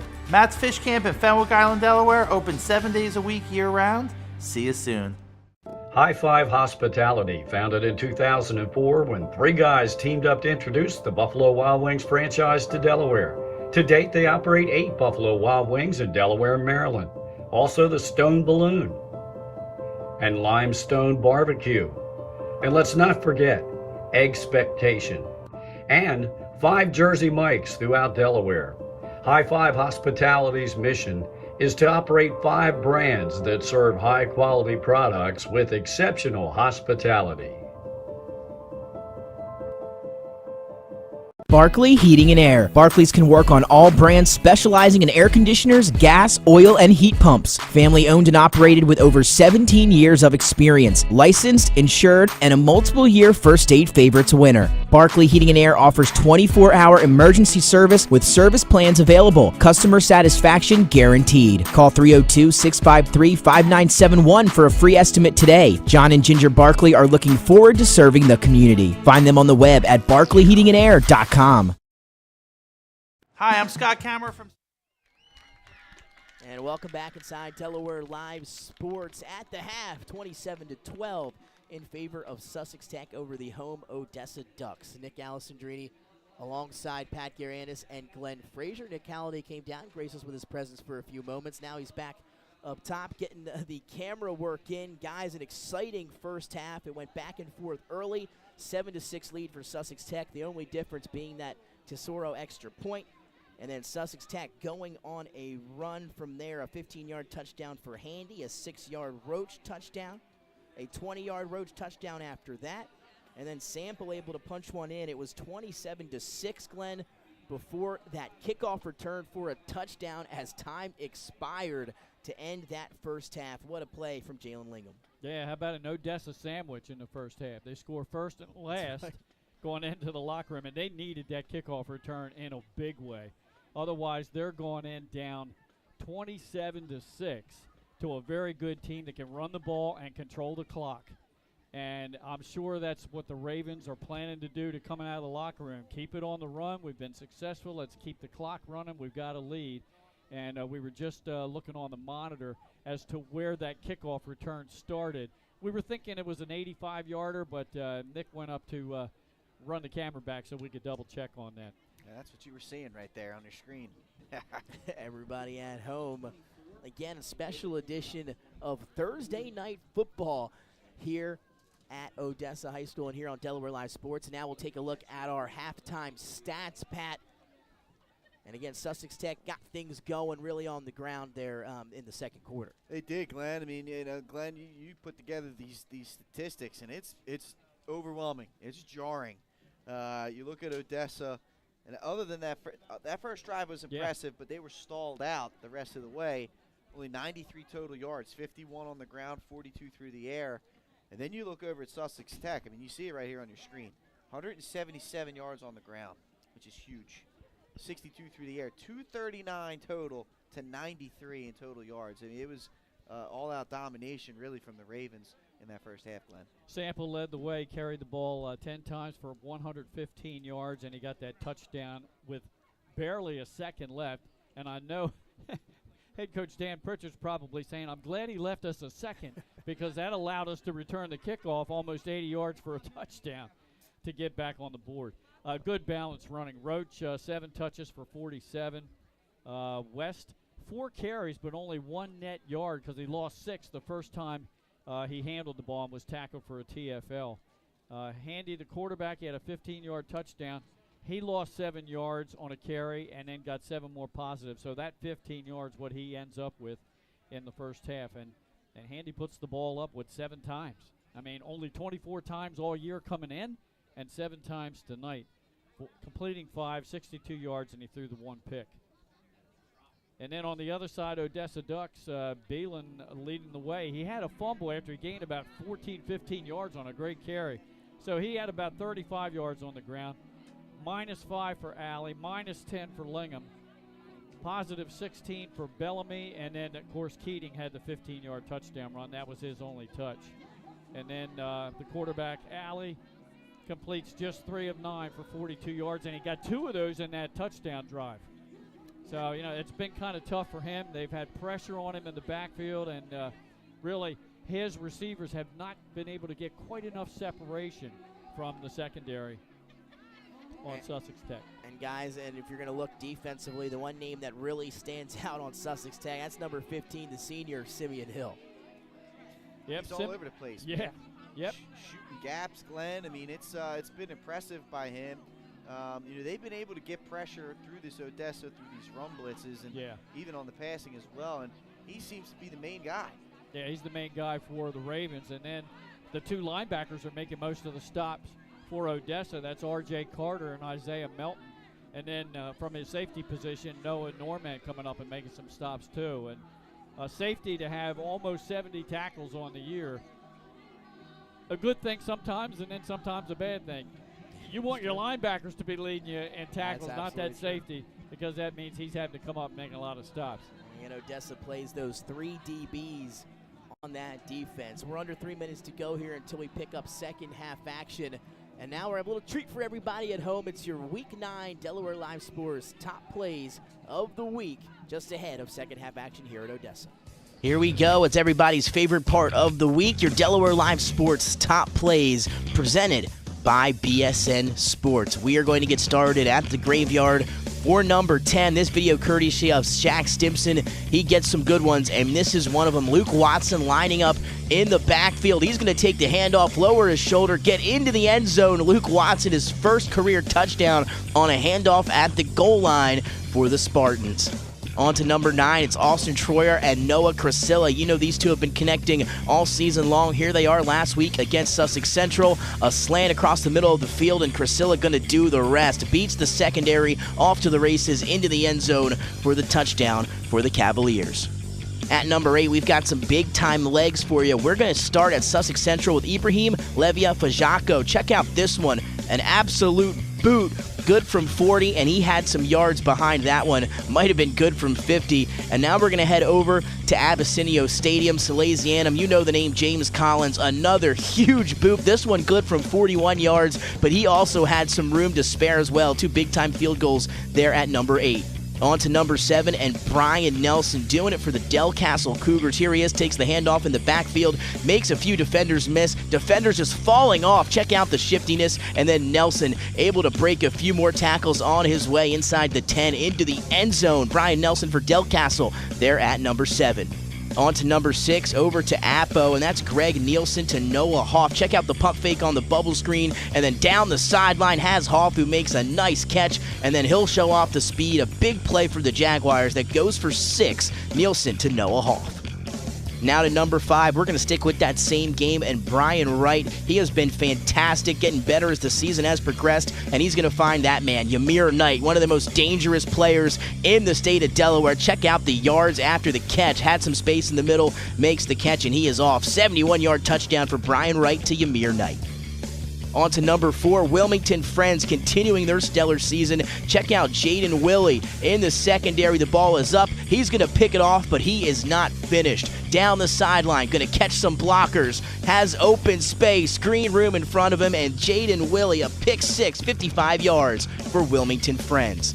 On to number 3, and Lynette Preston from Conrad. He's going to do it on special teams. He's going to catch this one right as it hits the ground at the 18, and then he's going to find the sideline. Gets a good wall set up, and he is not going to get touched. Preston down the sideline for Conrad. An 81-yard kickoff return touchdown for Preston. On to number 2. This is a good one here for Dover and Sally's. Dover trailing 16-8. Tamir Darden Jefferson. Dover, they get the block. He's going to scoop it up at the 40 and take it the other direction. 2 guys going to get out in front of him, laying a block. That's going to free him up into the end zone. A blocked field goal for a touchdown for the Dover Senators at number 2. And then at number 1, we have an overtime goal for your Henlopen champs. 16-0. The streak is still alive. It's Delmar. Macy Bradford able to find Bailey Phillips, who pins it to the back of the net. What a goal for Delmar. Again, the streak is alive. 16-0, and your Henlopen champs. Some phenomenal plays in week number 9, but here we are Thursday night with week 10 underway. Nick Alessandrini alongside Glenn Frazier, and Pat Garian is here for our game of the week. It's Sussex Tech and Odessa, and we are underway in third quarter.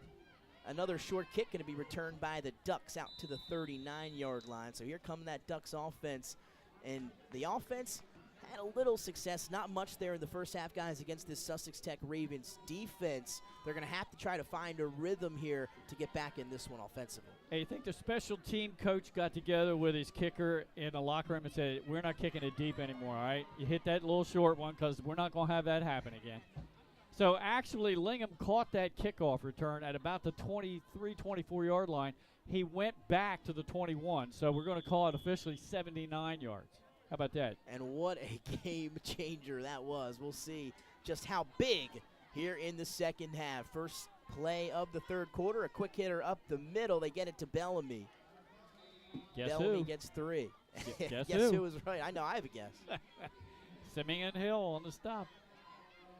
And you saw the Odessa offense. They tried to get Bellamy some work there in the first half. He ran the ball hard. Not a lot of openings opened up front by that offensive line. Also, I believe, put the ball on the ground there in the first half. They were able to recover.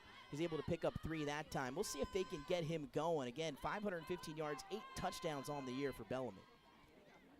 Yeah, they've been doing a nice job late in the second quarter with him, going right off guard in the A-gap. Slot to the right, and now some movement. That's the big fella, Jake McCauley, the freshman right guard. Yeah. I believe got out of his stance early. As you see, the Ducks are pointing to the Ravens. Well, that's the tale's oldest time. Oh, no, he did it. It wasn't me. And, you know, a lot of us have been on, at the field in some aspect, and you can almost convince that you can change the call if you want by pointing to the other side. Well, Rodriguez is getting a lot of playing time on the defensive line for Sussex Tech. We were not given his name as one of the starters, but he's been in there quite a bit. Most of the night, actually. So 2nd and 12 after the penalty for Odessa. Alley under center. Play action. He's going to try to get the ball out of the pocket here. He fires, has his man who makes the catch at the far sideline, but not a lot of running room after the catch. Did a great job coming up, making a play. Zane Adams stayed back and then shot right on up as soon as that ball was caught, limiting that gain on 2nd down. Yeah, he tried to get it to Lingham again. He reacted so quickly coming back to the ball. Yeah. Had good pressure on the quarterback again. Hill was in there. There was another defensive player in there, too. It might have been Frazier. So 3rd and long here, 10-10 and ticking. 3rd and 9 to be exact. First down marker sitting right at midfield for the Odessa Ducks. And we'll see what Coach Pritchard decides to call here offensively on 3rd and long. Bellamy, the back to the left of Alley, who sits in the shotgun. He'll take the snap, immediate look to throw, looking to the sideline, and that ball is intercepted by Luke West at the 36, and Alley was looking for his man Lingham. He had some space on the sideline, just Alley couldn't get enough arm on it to get the ball there. Soars to the middle of the field and picked off by Luke West. Yeah, he threw that one in the middle of the field. I mean, there was good separation there by Lingham, the receiver. The cornerback just lost contact. just couldn't get that ball outside to the sidelines, kept it in the middle of the field. That's how that ended up being a turnover. So now here come the Ravens back out on offense here for the first time in half number 2. They'll start this one from the 37. Quick hitter to Jalen Sample, another big hole for the running back. And he's going to be taken down really close to the sticks here. A big chunk on first down. Yeah, he's going to get 9. He's such a tough runner. Not only does he have the jump cut in his arsenal, he has this little spin move where he backpedals for more yards. And he's such a strong big back, guys, right? He's hard to bring down. He's going to get those few extra ones almost every time. So 2nd and 1 now for Sussex Tech. They're showing some pressure are the Ducks. It's another counter, this time to Roach, who's dragged down. That's a big-time tackle by Isaiah Melton. And that's your leading tackler for the Ducks on the season. He's well over 70 with his performance here tonight. That was a great one-on-one tackle. He grabbed him in full speed and just almost like a wrestling move. You guys know about this. He got him. Don't slam into the mat now. Right. Be careful. Return to the mat safely. Oh, you know, Glenn, I am the wrestling extraordinaire here at Delaware Live Sports, and I agree. That was just wonderful technique. Sample taking the carry around the right side, had a lead blocker in front of him, and he's not going to get touched for about 8 yards. Brought down after the gain of 8. See a penalty marker here. Did that just fall out of the old pocket, or we got a call? Let's see. We'll wait and see. And it looks like we'll have a call. So hold the carry for the moment. What do you call that, Nick? A little double leg? Was that a double leg takedown we saw a little bit? That little spear doubled him. Spear double. The white hat, Bob Collins, makes the holding signal. So this one's going to come back. This is a veteran crew here, officiating-wise, Glenn. I mean, this is some of the best in Delaware. These guys have been doing it for a long time. We're in good hands. This game's in good hands. Both teams having a few penalties early on, and you saw Odessa get that Sussex Tech defense to jump a few times back in the first half. They've been disciplined ever since. So 1st and about 13 now for Sussex Tech. There's the counter, back to Roach the other way. And that's been good for 5-6 yards plus more a pop here since the first quarter, guys. Good tackle from behind. That time was Bruce McCauley. And he stopped Roach from what could have been a much bigger gain. Again, props to that offensive line up front for Sussex Tech. From left to right, Chance Farrell, Malachi Miller, Nazir Thompson, Rashawn Smith, and Sidney Frazier. Opening up some nice holes here for this Raven offense. 2nd and 7. Play action. Here's the end around to Luke West. Trying to get outside. Great containment by the Ducks. And once again, no running room for number 3, Luke West. Matt Keating in on the tackle. I think they've seen that play a lot on film because they've been playing that sweep well. That's one play Sussex Tech has not really gained much yardage on. West had 4 carries in the first half for 1 net yard, and he only got 2 there. Yeah, lost 5 or 6 on the first carry of the ball game for him. Had a few negative carries after that. Now starting, as you mentioned, Glenn, to get into that positive net yardage. And now big 3rd down upcoming. We'll determine whether or not it's 2-down territory, but 3rd and 5 from the Odessa 45 for the Sussex Tech Ravens as Handy goes under center. And there was some movement up front. Did the Ducks jump there? Could have been a neutral zone infraction. Let's see. Yeah, it might have been because it looked like a couple of the backers were trying to run blitz, and they're trying to get set in the gap, and I think they might have moved a little too far. That's going to hurt. I agree with you, Glenn, there. Showing blitz, and it's going to be a first down. Yeah, came a little bit too far. So penalties have hurt the Ducks here recently.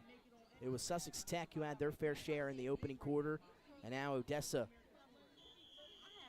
with some of their own here late in the first half and now into the 3rd quarter. 27-12, 7 minutes and ticking here in the 3rd. New set of downs for the Ravens at the Duck 40. Andy under center.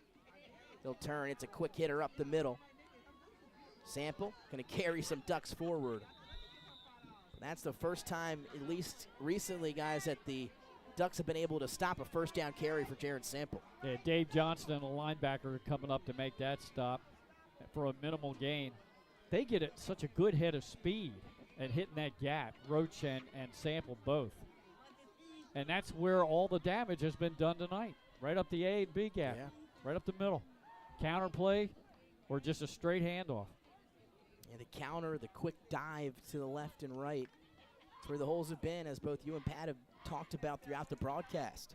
3-7 and the 4-6 holes. That's where they're going.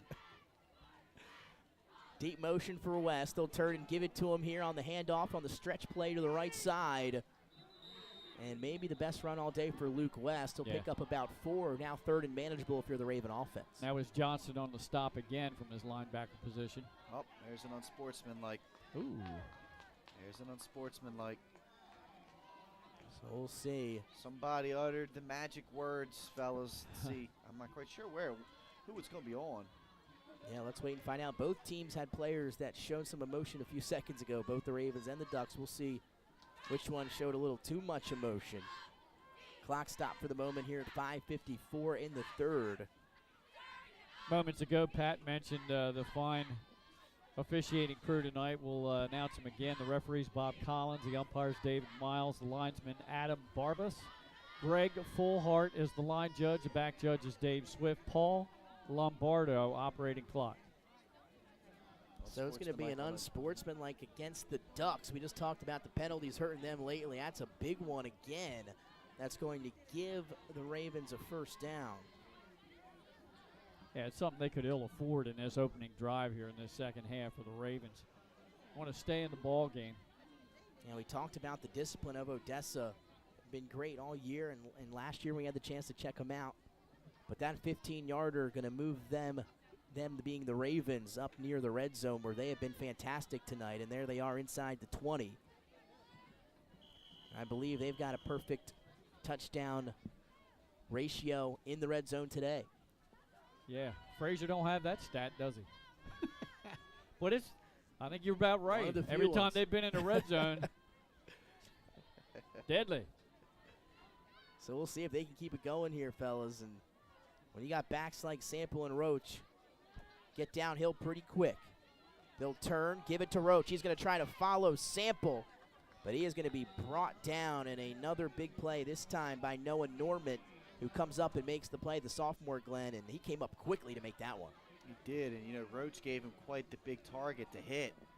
I'd like to see Roach lower the shoulder there on that play, but yeah, nice work coming up from his cornerback position, making a tackle. They're going to need more of that from him, especially right where they are on the field here right now. And again, we talked about eating clock up inside of 5 minutes in a quickly paced third quarter. Yeah, you ain't kidding. Real quick here at Odessa. This time turn, quick pitch to Sample around the right side, trying to get to the sideline. And a good job by Odessa to contain him on that carry. He'll be good for about 2 or 3. Make it about 3 or 4 as they keep moving the sticks up on us.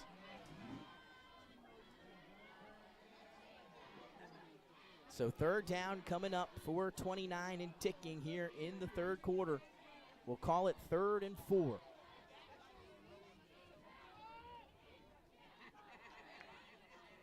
Pretty good crowd here tonight at Odessa. It's the first time I said I've attended a football game here. Beautiful facility. Beautiful school here in Odessa. Handy under center on third down. It's a bootleg. He'll fake the handoff. Got some room to run. Cuts it up inside the 10. And I believe they're going to mark him short. It's going to be really close. And got a penalty. And some more laundry on the field. And now Bernie Green on the stop. It looked like he was initially shy of the first down by about a half a yard. I think that's a chop block. Going to come back. Chop block going against Sussex Tech here. So we've had a couple of big penalties in this series against Odessa. This one's going to help the Ducks, and Sussex Tech commits a bad one here. Now, what might have been good enough for a first down on that third down carry, and even if it wasn't, it would have 4th and inches inside the red zone. Yeah, as you mentioned, Glenn, a big penalty here against Sussex Tech on the chop block. You saw Sidney Frazier stand up, put his hands on his waist, and then up in the air. He wasn't going to agree with that one. But that'll back up the Ravens. Yeah, right. Couldn't be. Nobody really owns up to that stuff, do they? I mean, I love in the NFL when a guy commits a blatant pass interference and the hands go up. What? How did I? No way. It's like natural instinct. Yeah. If you're not cheating, you're not trying. That's what they say. Under 4 now here in the third. 3rd and 18 after the penalty. They'll give it to West, who's got the most room he has all night. Able to make a defender miss, and he's brought down just outside the 10. The ball came loose again at the tail end of the play. Not sure if they're going to mark him down. He was down. I believe he was. There again with the misdirection there, Glenn, Nick, and Odessa they're not recognizing it right now. They're not recognizing it, and Sussex Tech's taking advantage of it. So a nice chunk there, and as I mentioned, biggest carry of the night for West. Yeah, by far, that's a double-digit carry for him. That was good for 15. Yeah. So, guys, it's a 4th down, and it's a big one. 3:12 and ticking, 4th and 3, just outside the 10 for Sussex Tech. Ducks need a stop. They'll turn, give it to Sample. He's met in the hole. He's going to try to lean forward. The ball comes out at the tail end once again, but not before they mark him short. He was stood up in the hole by the Ducks. Dave Johnston again, number 52, the junior inside linebacker. He made the initial hit, and then 3 or 4 other defenders came in to help him out because Jaron Sample's a load. Yes, he is. A powerful runner, also a savvy runner. But that time, the Ducks defense comes up with a big-time stop on 4th and short, and they had not been great in short yardage to this point here today, guys. But that one, a big one, Pat. We'll see if that swings some of the momentum.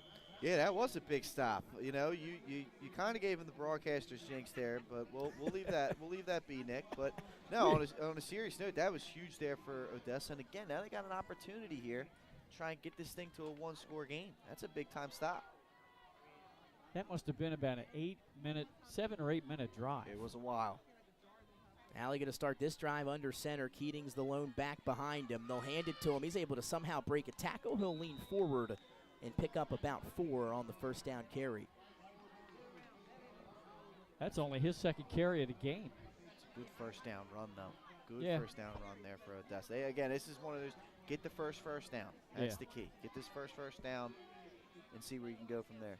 But the way Sussex Tech's been able to eat the clock, it's almost imperative that they score on this drive. And limiting the possessions as Sussex Tech here as of late. That ground game's been going strong. Again, worked their way all the way back into the red zone before being stopped on 4th down. And Odessa trying to turn that stop into points. 2nd and 6. Allie back under center for the Ducks on 2nd down. A quick hitter up the middle. They get it into the hands of Bellamy. And he's going to be wrapped up and taken down from behind. I believe Sample got to him first. Still got about 5 yards, though, didn't he? And that's a great job that time of using the aggressiveness of Simeon Hill against him. He came in on a run blitz, and then the ball carrier just went to the outside of it. They got a seal block, to make sure that he didn't cut back. And now you've got 3rd and short. A huge one here for the Ducks. 1:40 in the 3rd, 3rd and 1. 2 backs behind Allie, who's under center. Ducks need a yard. Turn, quick hitter, Bellamy. Lowers his shoulder and he'll have enough for the 1st down. And that time he ran right over Simeon Hill. Wow, yeah, and it's not an easy challenge. No, not at all. No, Hill's had a game. It's a big 1st down run right there for Odessa. Again, not sure who keeps stats for the Ravens, guys, but I'm sure Hill going to be asking after the game if they get the victory. How many tackles did I have today? Yeah. But you see what's happening with the clock. Obviously, Odessa's having most of its success on the ground, too, so that eats up the clock as we're down almost to a minute to go in this 3rd quarter. They've still got to drive almost the length of the field. It's flying. Yeah, they need chunk plays. That's what they need. 1st and 10. Another handoff to Bellamy. He's going to be wrapped up and taken down by, guess who? Simeon Hill once again filling that spot. And as a linebacker, you got to give praise to those defensive linemen up front. They're hitting certain gaps and making sure that you have a free shot at the running back, and they've done a phenomenal job of opening things up for Simeon Hill tonight. They have, and again, the interior line is Bruce and Jake McCauley, the brothers, Cole Fry, and then the tackles are Nate Devonshire and Jeremiah Green. Bellamy up to 27 yards.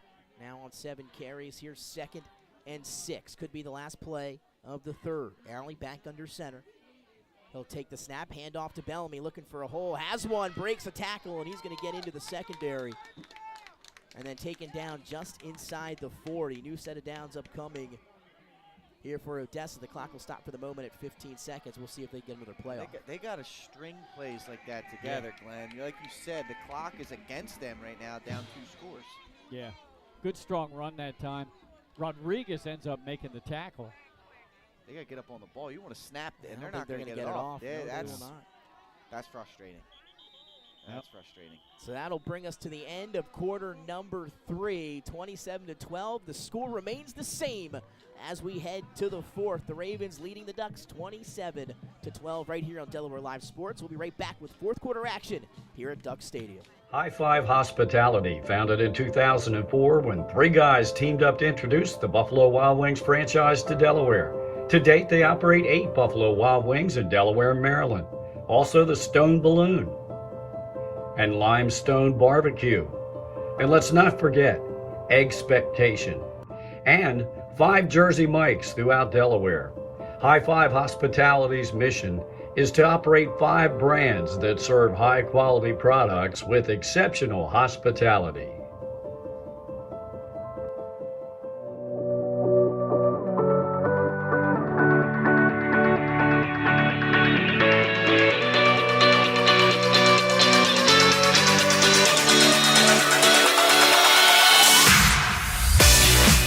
I'm Chef Hari Cameron.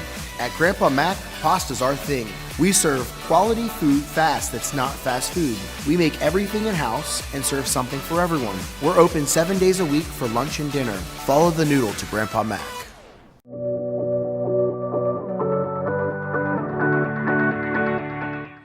Welcome back inside Delaware Live Sports. Thursday Night Football with Nick Allison, Trini, Glenn Frazier, and Pat Garianis. Another Thursday Night Football game on tonight, guys. Falcons and Panthers.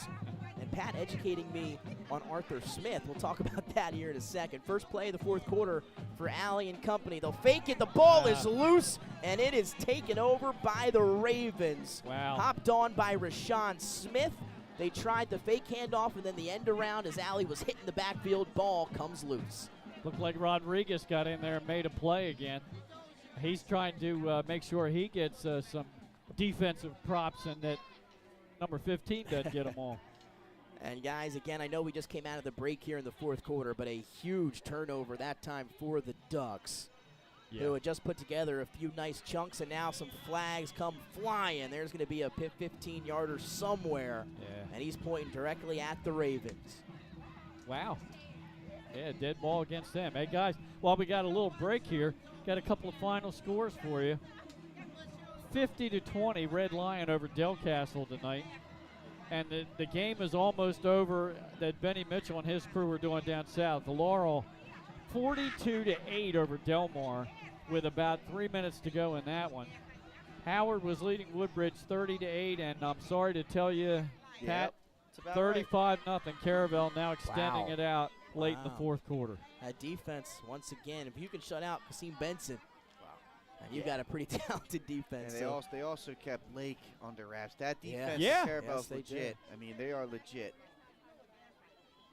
So now the official's going to talk about it again, coming off a 15-yard unsportsmanlike conduct against Sussex Tech. Now the officials will get together at around the 46 and talk about something.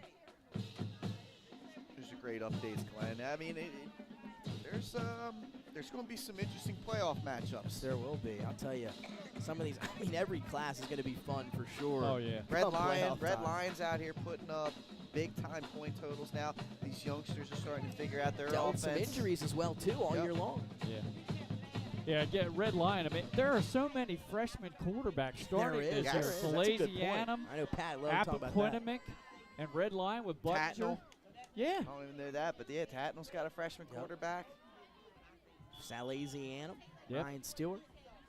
Yeah. Got some young guns here in the state of Delaware. After the unsportsmanlike first and a mile, Sample is hit hard in the backfield, a TFL at midfield for number 31. I think that might have been Roach that time, Nick, on a carry.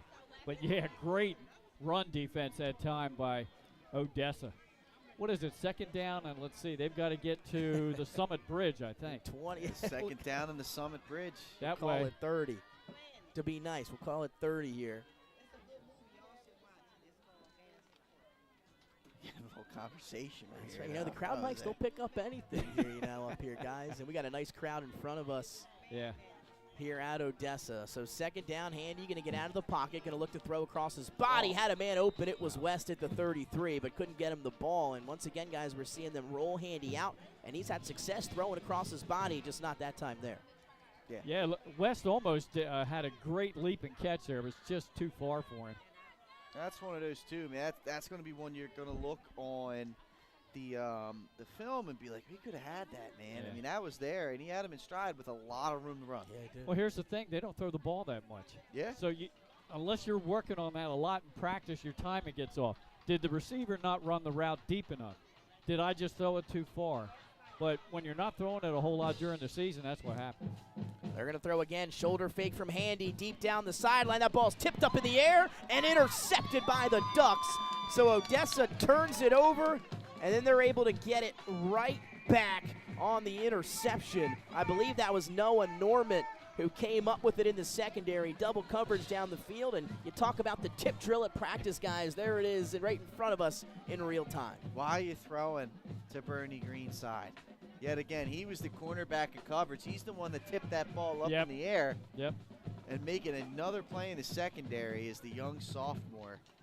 Clearly going to be a guy to keep an eye on in the coming years. His second pick of the year for him. And now here you've got a turnover again. You've got almost the entire fourth quarter.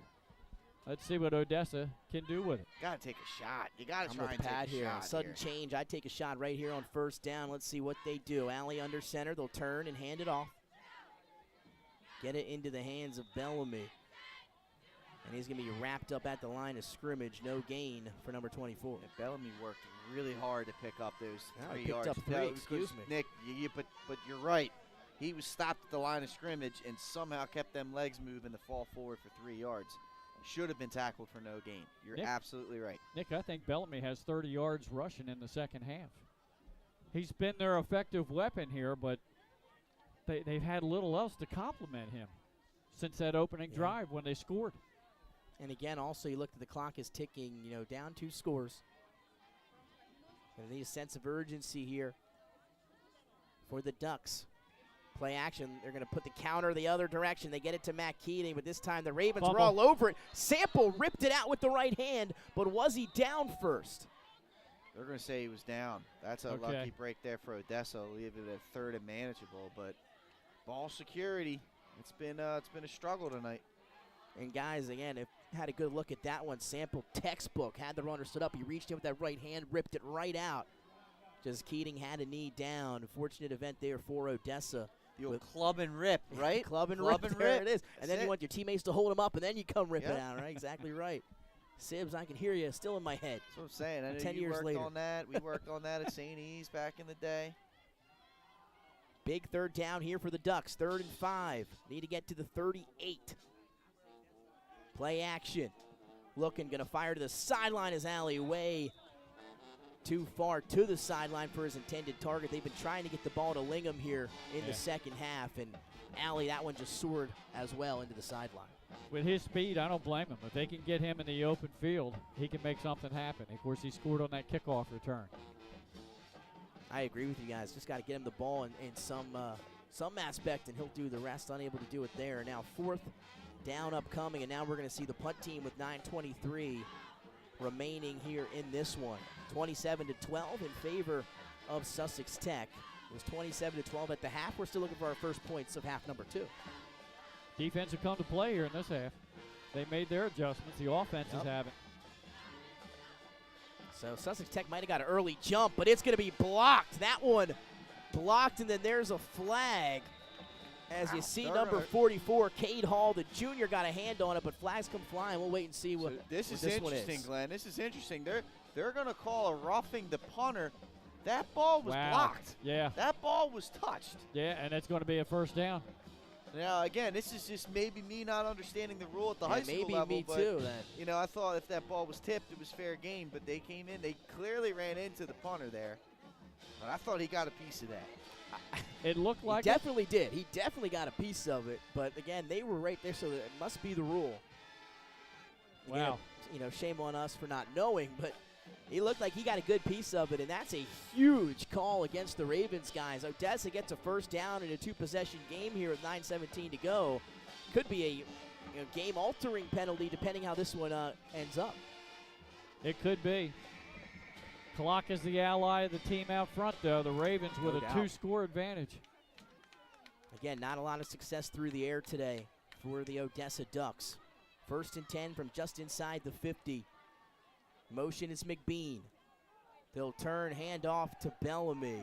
Nothing. And he is hit in the backfield. Excuse me, not Bellamy this time. This time they got it to Isaiah Melton. As they're looking for a spark, but a gang of Ravens limiting that carry. Yeah, really well done by that Sussex Central defense. They pinned the ears back and got after it right there. Timeout here by Odessa.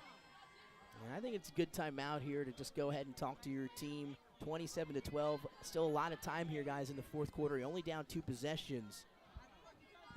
So we'll see what the Ducks come up with offensively. But Glenn, Pat, they've been struggling on the offensive side of the ball tonight. Allie does have an interception. He's completed about 5 or 6 passes under 45 yards. But if you're the Odessa Ducks, guys, what are you trying to do offensively? We talked about the clock not being your friend. We saw them at the end of the first half struggle to get anything going. Unfortunately, they had that kick return for a touchdown. But what are you thinking offensively here, guys, if you're Odessa? The most effective play they've had is running right up the middle with Bellamy. I don't know what else you go to. I mean, they haven't tried. They've had one pass where they completed down the seam where he caught the receiver in stride. But they haven't been able to really get that play back into the playbook and have any success with it. Now, a lot of that is due to Sussex Tech's defensive pressure. And I agree with you there, Glenn. Their pressure has been phenomenal defensively, of course, led by Simeon Hill, Jaron Sample and company. But they've gotten good pushes up front, both offensively and defensively. 2nd and 12 now for Odessa. McBean back in deep motion. This time they'll turn and quick pitch it to Bellamy. It's there, man. You got to hold that block. It was there. I think Reshawn Smith was the first to get to him, but once again, Sussex Tech able to limit this time Isaiah Melton, who gets back-to-back carries for the first time all night, to nothing. It looked like he was going to get some big yards there. Yeah. And credit to the Ravens defense. They shut that down quick. He's getting off blocks. Great job of getting off blocks there. Like you said, it looks like it was either Thompson or Smith over here on this near side. Was able to single-handedly spoil that play because they definitely were fooled by the motion. They're going with that motion, and that pitch back to the opposite side was a good call. Yeah. Just got to hold that block. And again, as it stands right now, Odessa not really operating, too quickly here. Yeah, the urgency's not there. Young football team, Nick. So they'll start with Allie here in the gun. More motion, and now flags come flying. And again, you would think this would be against the Ducks. It is. And it will be a false start. So again, a penalty hurting Odessa here. We'll go from 3rd and 10 to 3rd and 15. And we'll see if that changes things for Odessa. But guys, I mean, you're in your own territory. You're sitting at the 43. You're looking for a good chunk here. Is it 2-down territory yet in this ballgame? Probably. Yeah, I would say so. Yeah. I think it is as well. Look at that. Unanimous decisions. 4-down territory. Let's do it. Let's make it happen. 8:09 remaining in this one. 27-12 in favor of Sussex Tech. 3rd and 15 for Allie and the Ducks. Quick pitch, and he's hammered. Goodness. Ball is on the ground. Allie will hop on it. But my goodness, coming up in lane, a boom was Brock O'Day, the junior, and he got the ball out with the hit. But Allie, the quarterback, able to hop on it for a big loss. Yeah, O'Day did a great job. Shot out of a cannon. Comes up, and I'm telling you right now, it was pretty clear Melton didn't see him. Melton didn't see him, the freshman. No, and I'm not so sure. We're going to go back on mine. I don't think we're in 4-down territory now. That's right. All 3 of us are wrong. There you go. Yeah. You got to go ahead and punt it. Well, after that big loss.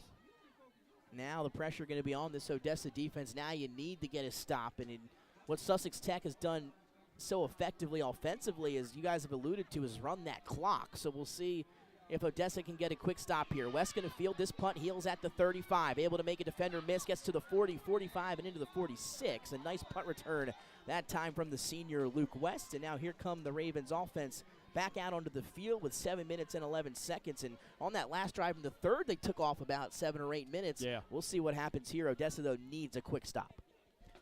Yeah. You know, I was going to say on that, it's not fourth down territory anymore. What Odessa needed was another roughing the punter. That's right. And that time there was no pressure on the punter. They held him back that time. Like, don't get too close to that kid. We don't need that. So here come the Ravens back out onto the field offensively just outside the 45. You can probably expect to see a heavy dose of Roach and Sample here the rest of the way. Handy under center, quick hitter to Sample up the middle. And he's able to pick up about 3. That's Dave Johnston again on the stop. We've been calling his name quite a bit here in the second half. He's been good, the junior. He's one of the leaders on this team, and he's definitely come up and made some plays. Especially now you see the freshman Isaiah Melton not out there on the field. He's hobbled. Yeah. I wonder if he got hurt when he was on the offensive. He might have. Remember he got in for a play there. Give him 3. Only a freshman, that young man. Something to keep in mind, You're absolutely right. Some young talent in Delaware this year for sure.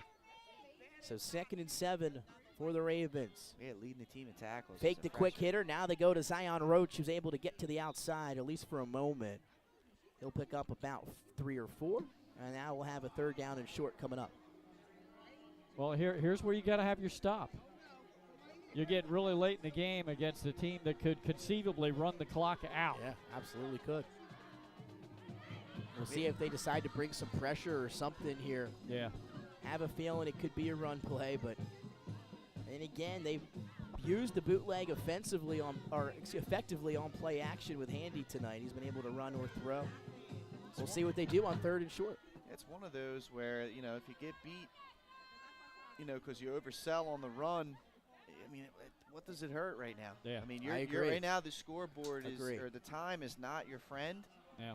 And there hasn't been any big playability being shown, so you kind of need to sell out and force a stop, potentially force a turnover here, I feel like. Sussex Tech's called a timeout. They want to talk about these next couple of plays they got coming up. That gives us a chance to tell you about some final scores tonight. Lake Forest 48, McCain 14. Caravel led St. Elizabeth at half 7-0. They win 35-0. Del Castle falls to Red Lion 50-20. And Laurel, head coach Joey Jones gets his first ever win against head coach Hearn from Delmore, and they win convincingly 42-13. Wow. And last we heard, Howard leading Woodbridge 30-8. That one pretty much in hand as well. A lot of lopsided scores tonight. Looks like we've got the closest ball game. Yeah, we've had a good one again for the most part. Odessa offense struggling, though, here in the last 3 quarters of the ball game. We'll see if they can get something going here. Sussex Tech has done a great job of pounding the football here in the second half. Handy turns, hands to Sample. He's going to be wrapped up right at the line of scrimmage. Big-time play up front by big number 64, Xavier Ferris. Only a freshman. You see the size of him? Mm-hmm. My goodness. I mean, this program's going to continue to build and evolve. There's no doubt about that. Melton, also the leading tackler on the team, is a freshman as well. He's going to hobble off here. See him coming to the sideline. Yeah, not good on a 4th down play upcoming for Odessa. No. As your leading tackler has to exit the ball game. 4th and 4, 5-12 and ticking. A first down here would go a long way for the Ravens. Odessa needs a stop. Handy, play action. He's going to bootleg around the right side. He'll tuck it and run, and he has enough for the first down as he scampers out of play. And a nice play call there is Handy able to bootleg around the outside for a first down. He's very quick, and it looked like there was an Odessa defender that had an angle on him. He just outran it. Yeah, that was R.J. Carter. I think he got sucked in just a little bit on the fake, and that allowed the speedy quarterback Handy to get around him into the edge. Again, coming into the contest, 20 carries on the year for Jeremiah Handy. A little bit surprising in terms of totality, 100 yards and a touchdown for the senior quarterback on the season. A big effective first down run on the last play. 5-minute mark here in the 4th quarter. Handy will turn and hand to Roach, who was just a few seconds or a few short feet behind Darren Sample, who was the lead blocker. Had some room, but Odessa able to collapse and make the play for a short gain. And a very effective offensive scheme in the second half for Sussex Tech and Coach Ellingsworth. Keep the ball on the ground, run the clock. Nobody has scored any points in this half, nope, but Sussex Tech doesn't have to. And again, the last points for Odessa coming at the end of that first half on the kick return for a touchdown. Special teams with the last score for the Ducks. Second and 5. I can see how the Ravens beat Lake 33-30. They just pounded the ball. Control possession. Hand off to Sample. A nice hole on the quick hitter once again up the middle. He's going to be taken down at around the 30, and another first down for Sussex Tech, and that clock will continue to run, and things starting to look a little bleak for the Ducks. Something I noticed there at a Sample, and this is a very intelligent football player.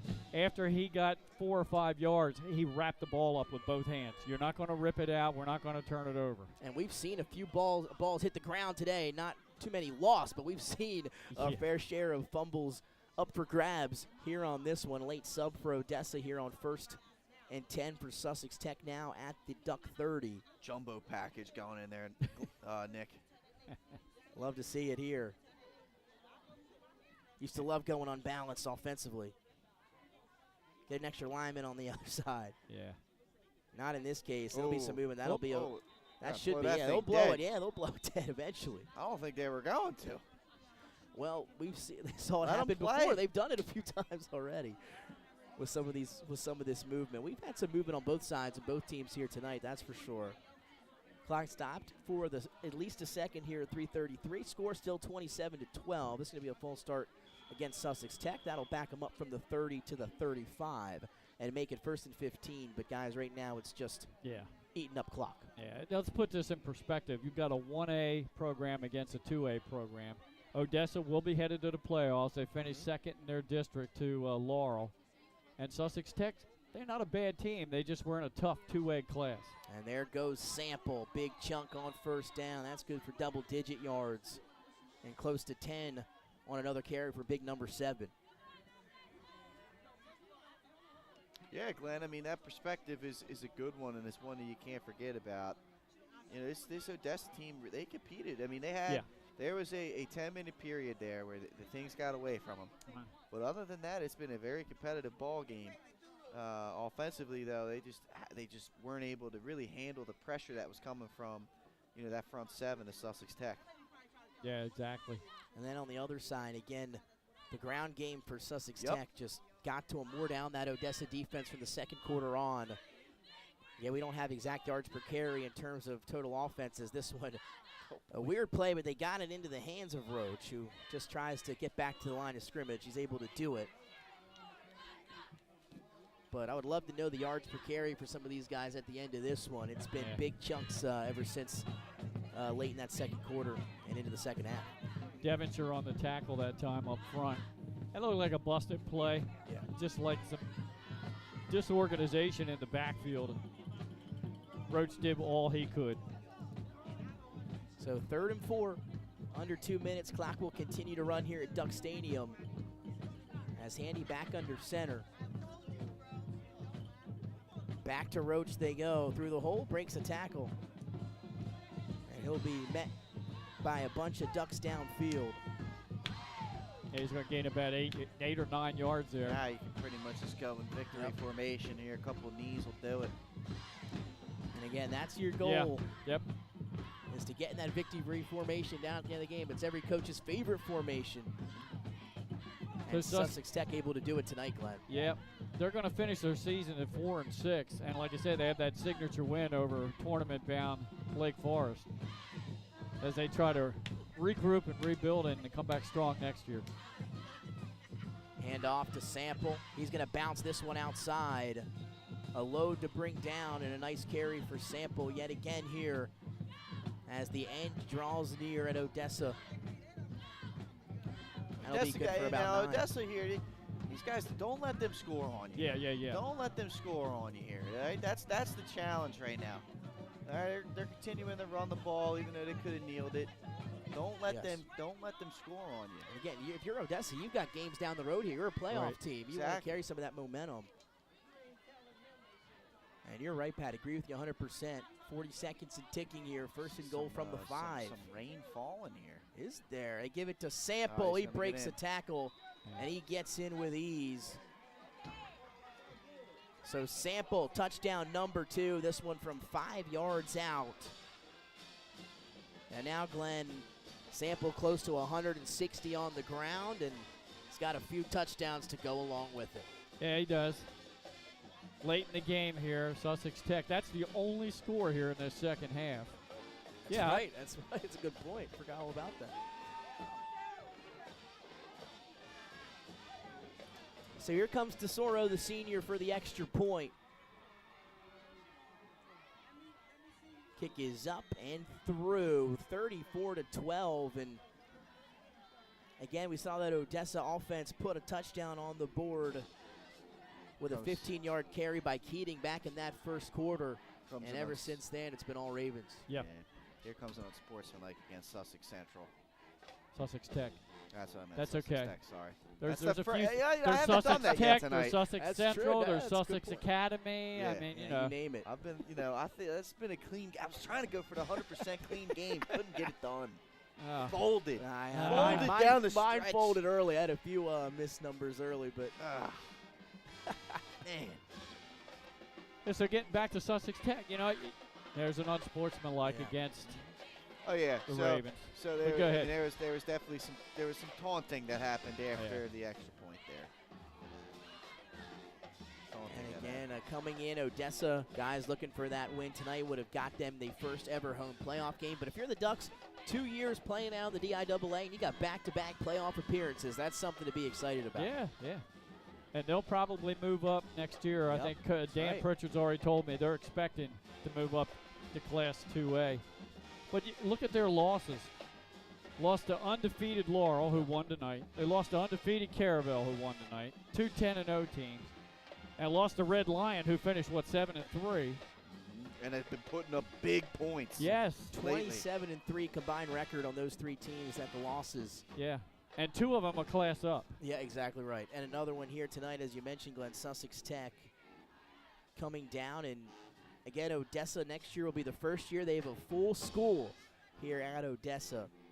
There will be a senior night game. There will be there'll be homecoming soon here at Odessa High School. It'll be interesting to see how they compete next year in 2A. I mean, that class is very deep. Very deep. Yep, it is.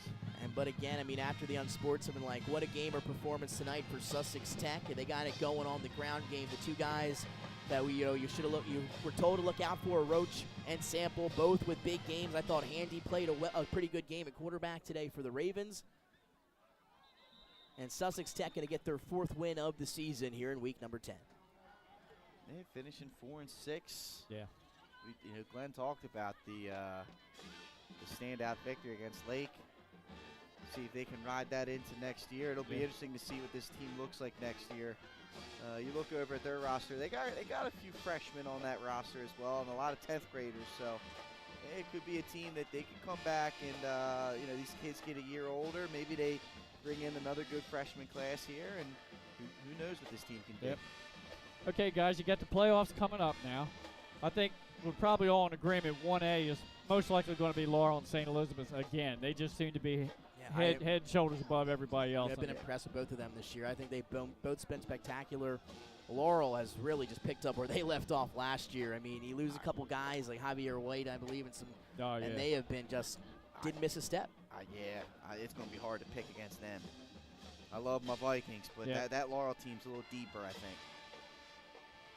And then we talked about 2A wide and open. 3A. That's I mean, wide both of them. I think both of them could be wide open. Taking a shot downfield, and that one almost intercepted. That would have been the game in and out of the hands of a member in the secondary there for Sussex Tech. And they've had a few interceptions. I mean, they played a very good game tonight, but they could have played an even better game with some of those drop picks. Now up top, I mean, Glenn, we've done a lot of their games. I can't see a team right now playing better football than Smyrna. I think Smyrna, both sides of the ball, I agree a with you little both. bit better than Middletown right now. Well, who's going to challenge? Right. And it's like Sussex Central beat Salesianum. Salesianum beat Middletown. Yeah. Middletown beat Sussex Central. And Dover, which looked really strong at the beginning of the year, now seems to have some problems scoring and not getting Parker into the offense. Yeah, I was very impressed with Dover again. I know they're dealing with some injuries. As this one out of the pocket, he's able to get the ball into the hands, and we have some extracurriculars in the backfield as well again. But catching that one is Brocken. Number 4 made that catch. Yeah, Van Berkham. Van Berkham. His first catch of the night. He's been targeted a few times. That is first reception. So 17, the clock will continue to run here. New set of downs coming for Odessa, but that's looking like it's going to do it from Duck Stadium. We'll see if they can get one more playoff here, and they're going to try to. But you're right, Glenn. I mean, Middletown's really the wild card here. They're kind of the forgotten team because of all them out-of-state games. That play on the last pass of the game is batted down and incomplete, and the Ravens come up north and get a win here at Duck Stadium against the Odessa Ducks, 34-12, behind that ground and pound running game here tonight. Well, they did. They did a great job of mixing it up with those two backs, getting a little bootleg action in there, some sweeps with the wideouts. And again, you can see why they only threw the ball 24 times all year. They didn't put it up too much tonight. They didn't have to. But they get a good win tonight. Odessa, still impressed with them as the next tier in 1A. Again, Laurel and St. E's to me are a slam dunk to get back. I don't see anybody else challenging in 1A. Now 2A. That's a whole new ballgame. 2A, I mean, 2A wide open. Then you even, like we talked about, 3A. I mean, I agree with you. I think Smyrna's playing the best football, but who knows what's going to happen come playoff time. Middletown can come back. I mean, they had some struggles offensively. Salesiana kind of exposed them on that, but playoff time comes around. They get that offense figured out. The defense is extremely strong. I agree, and I think the same thing with. I mean, I got a chance to see Sally's a few times, and that defense that they have at Salesiana was spectacular. I mean, if the offense can catch up, you got a freshman quarterback in Ryan Stewart, but that defense. We saw them play Middletown in a few other games. They gave up 7 to Sussex Central in that 7-0 shutout loss, and they looked stout against that Middletown team on the road at Cavalier Stadium. I think it's going to be a very interesting playoffs in all 3 classes. I'll give you a wild card 3A because they've been the hard luck team. They've been in all the games just about as St. George's. Yeah. Donovan Brooks is a stud. They've got some good weapons on that team. I can't believe they only lost to Salesiana by the late field goal. Yeah, Collins at the down the stretch. And they took Sussex Central right to the wire just a couple of weeks ago. So you don't really want to be the team that draws them in the first round. That's a good point. And Glenn, St. George is a team that, we got to talk about in the preseason. We're just outside or in those rankings, a sleeper team then, had a couple good first weeks. And you're right, they've kind of been a team that has kind of slipped under the rug here the last couple weeks, but a lot of talent in that John Wilson-led program. So that's a good point, a team to watch out for. Oh, we're going to have a lot of fun here in a few weeks. It's going to be a lot of fun here in a few weeks. We're going to take a break here at the pregame show, our postgame show. We come back, we will wrap it up here from Duck Stadium. We'll get you some game stats as well as the player of the game here from Odessa. We'll be right back. Hi, I'm Scott Kammerer from Soto Concepts. Today we're at Blue Coast Seafood Grill and Raw Bar in Rehoboth Beach, Delaware. Come check us out. Located in the Rehoboth Gateway, Blue Coast features indoor and outdoor dining and serves beautiful, simple food that highlights the flavors of Southern Delaware. With chef-inspired daily specials, an award-winning wine list, and an extensive list of craft cocktails and local beer, Blue Coast is the perfect spot for a night out. Blue Coast Seafood Grill in Rehoboth Beach, Delaware, open 7 days a week year-round for lunch and dinner. See you soon.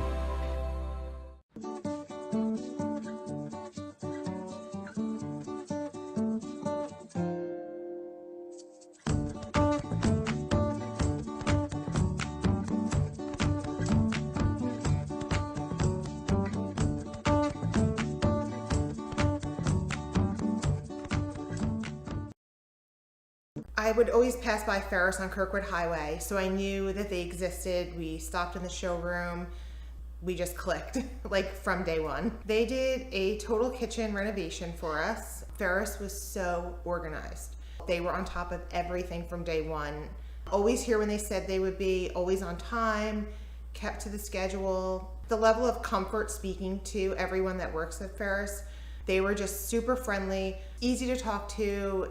It was like they were friends, not, people coming to work on our kitchen. The room is totally transformed from what it used to look like.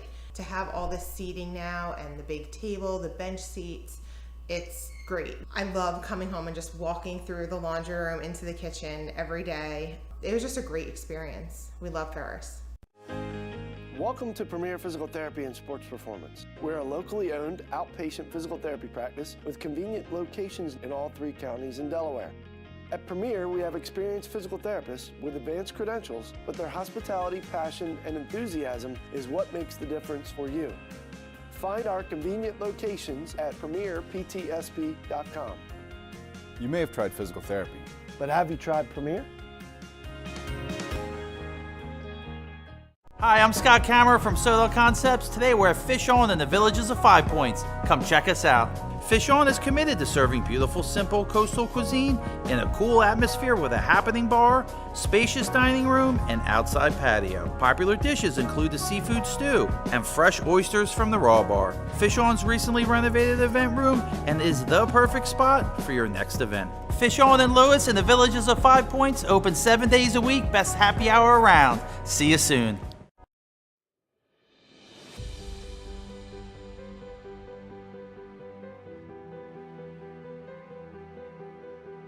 How you doing? My name's Mike Cassidy. I'm the founder and president of Cassidy Painting. I started back in 1984, incorporated in 1986. I never had the word no in my vocabulary. When someone called me to do a job, I always said yes. Whether it was a struggle, whether it was 7 days a week, sun up to sundown, it didn't matter.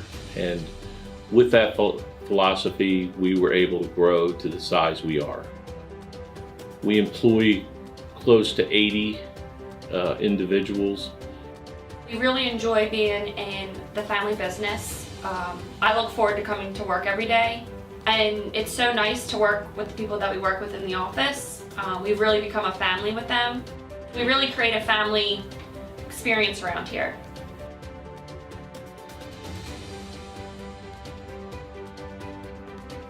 And Cassidy Painting is a very diversified company.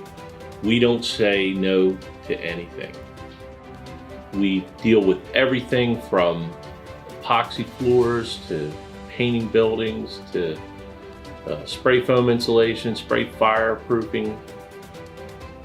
If it deals with a coating, we can handle it. So when our customers call and they're under the gun and they know the need to get a job done, they know who to call because we perform. We've always been performed. We've never been replaced out of 37 years of business. For any of your painting needs, we can handle it.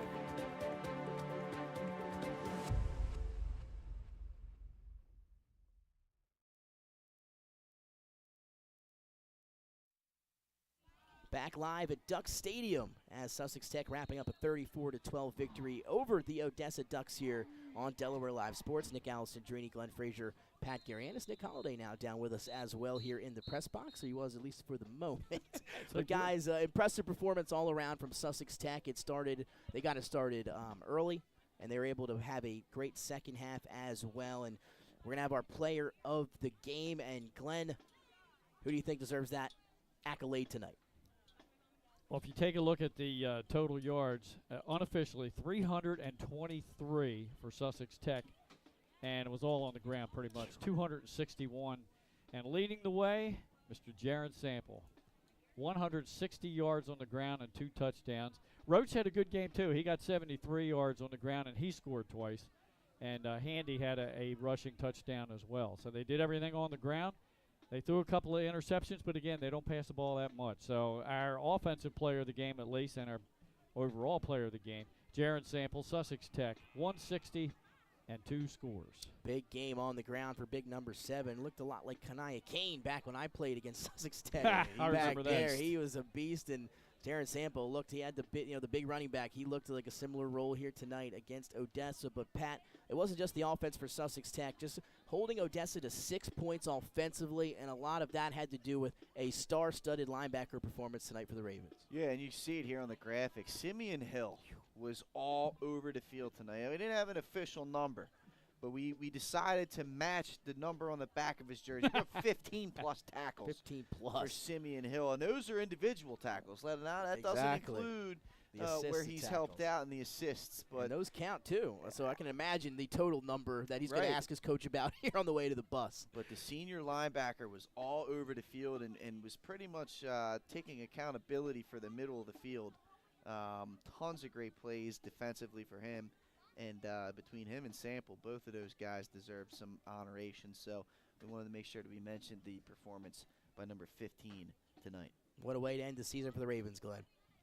Yep, they were very impressive tonight. A 2A school that just couldn't get too many wins in their district to qualify for the playoffs, other than that surprising win over Lake Forest, who will be headed to the playoffs. That game ended up a field goal game, 33-30. Let's get our final scores for you guys. Howard ends up beating Woodbridge 52-22. Tough year for the Blue Raiders. Laurel 42-13 over Delmar. Red Lion with a 50-20 win over Del Castle. Caravel Blank St. E's in a battle of unbeatens, 35-0. Class 2A, 1A in that matchup. And then finally Lake Forest 48-14 over McCain. Not too many close games here on Thursday night football in the state of Delaware. How about that, guys? A decent slate for a Thursday night here in Delaware, and I'm sure we can all agree that any of the games that you had a chance to check out tonight here in Delaware might be better than your Thursday night football game on Amazon. So we're glad that you joined us here tonight on Delaware Live Sports. For Nick Alessandrini, Glenn Frazier, and Pat Garianis, as well as Nick Holliday, we will see you playoff time just around the corner. Schedule coming out next week with the different fall sports that we will be attending. So we will see you next week. Big win for Sussex Tech. They beat the Ravens 34-12. The things that matter most happen right in our own backyard.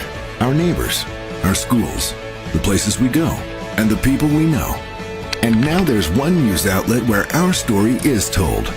Delaware Live. Locally owned, community-based news. Free to every reader, because Delaware's future belongs to all of us. Quality journalism we can trust to help us take on the day. Delaware Live. Our state, our news, our home.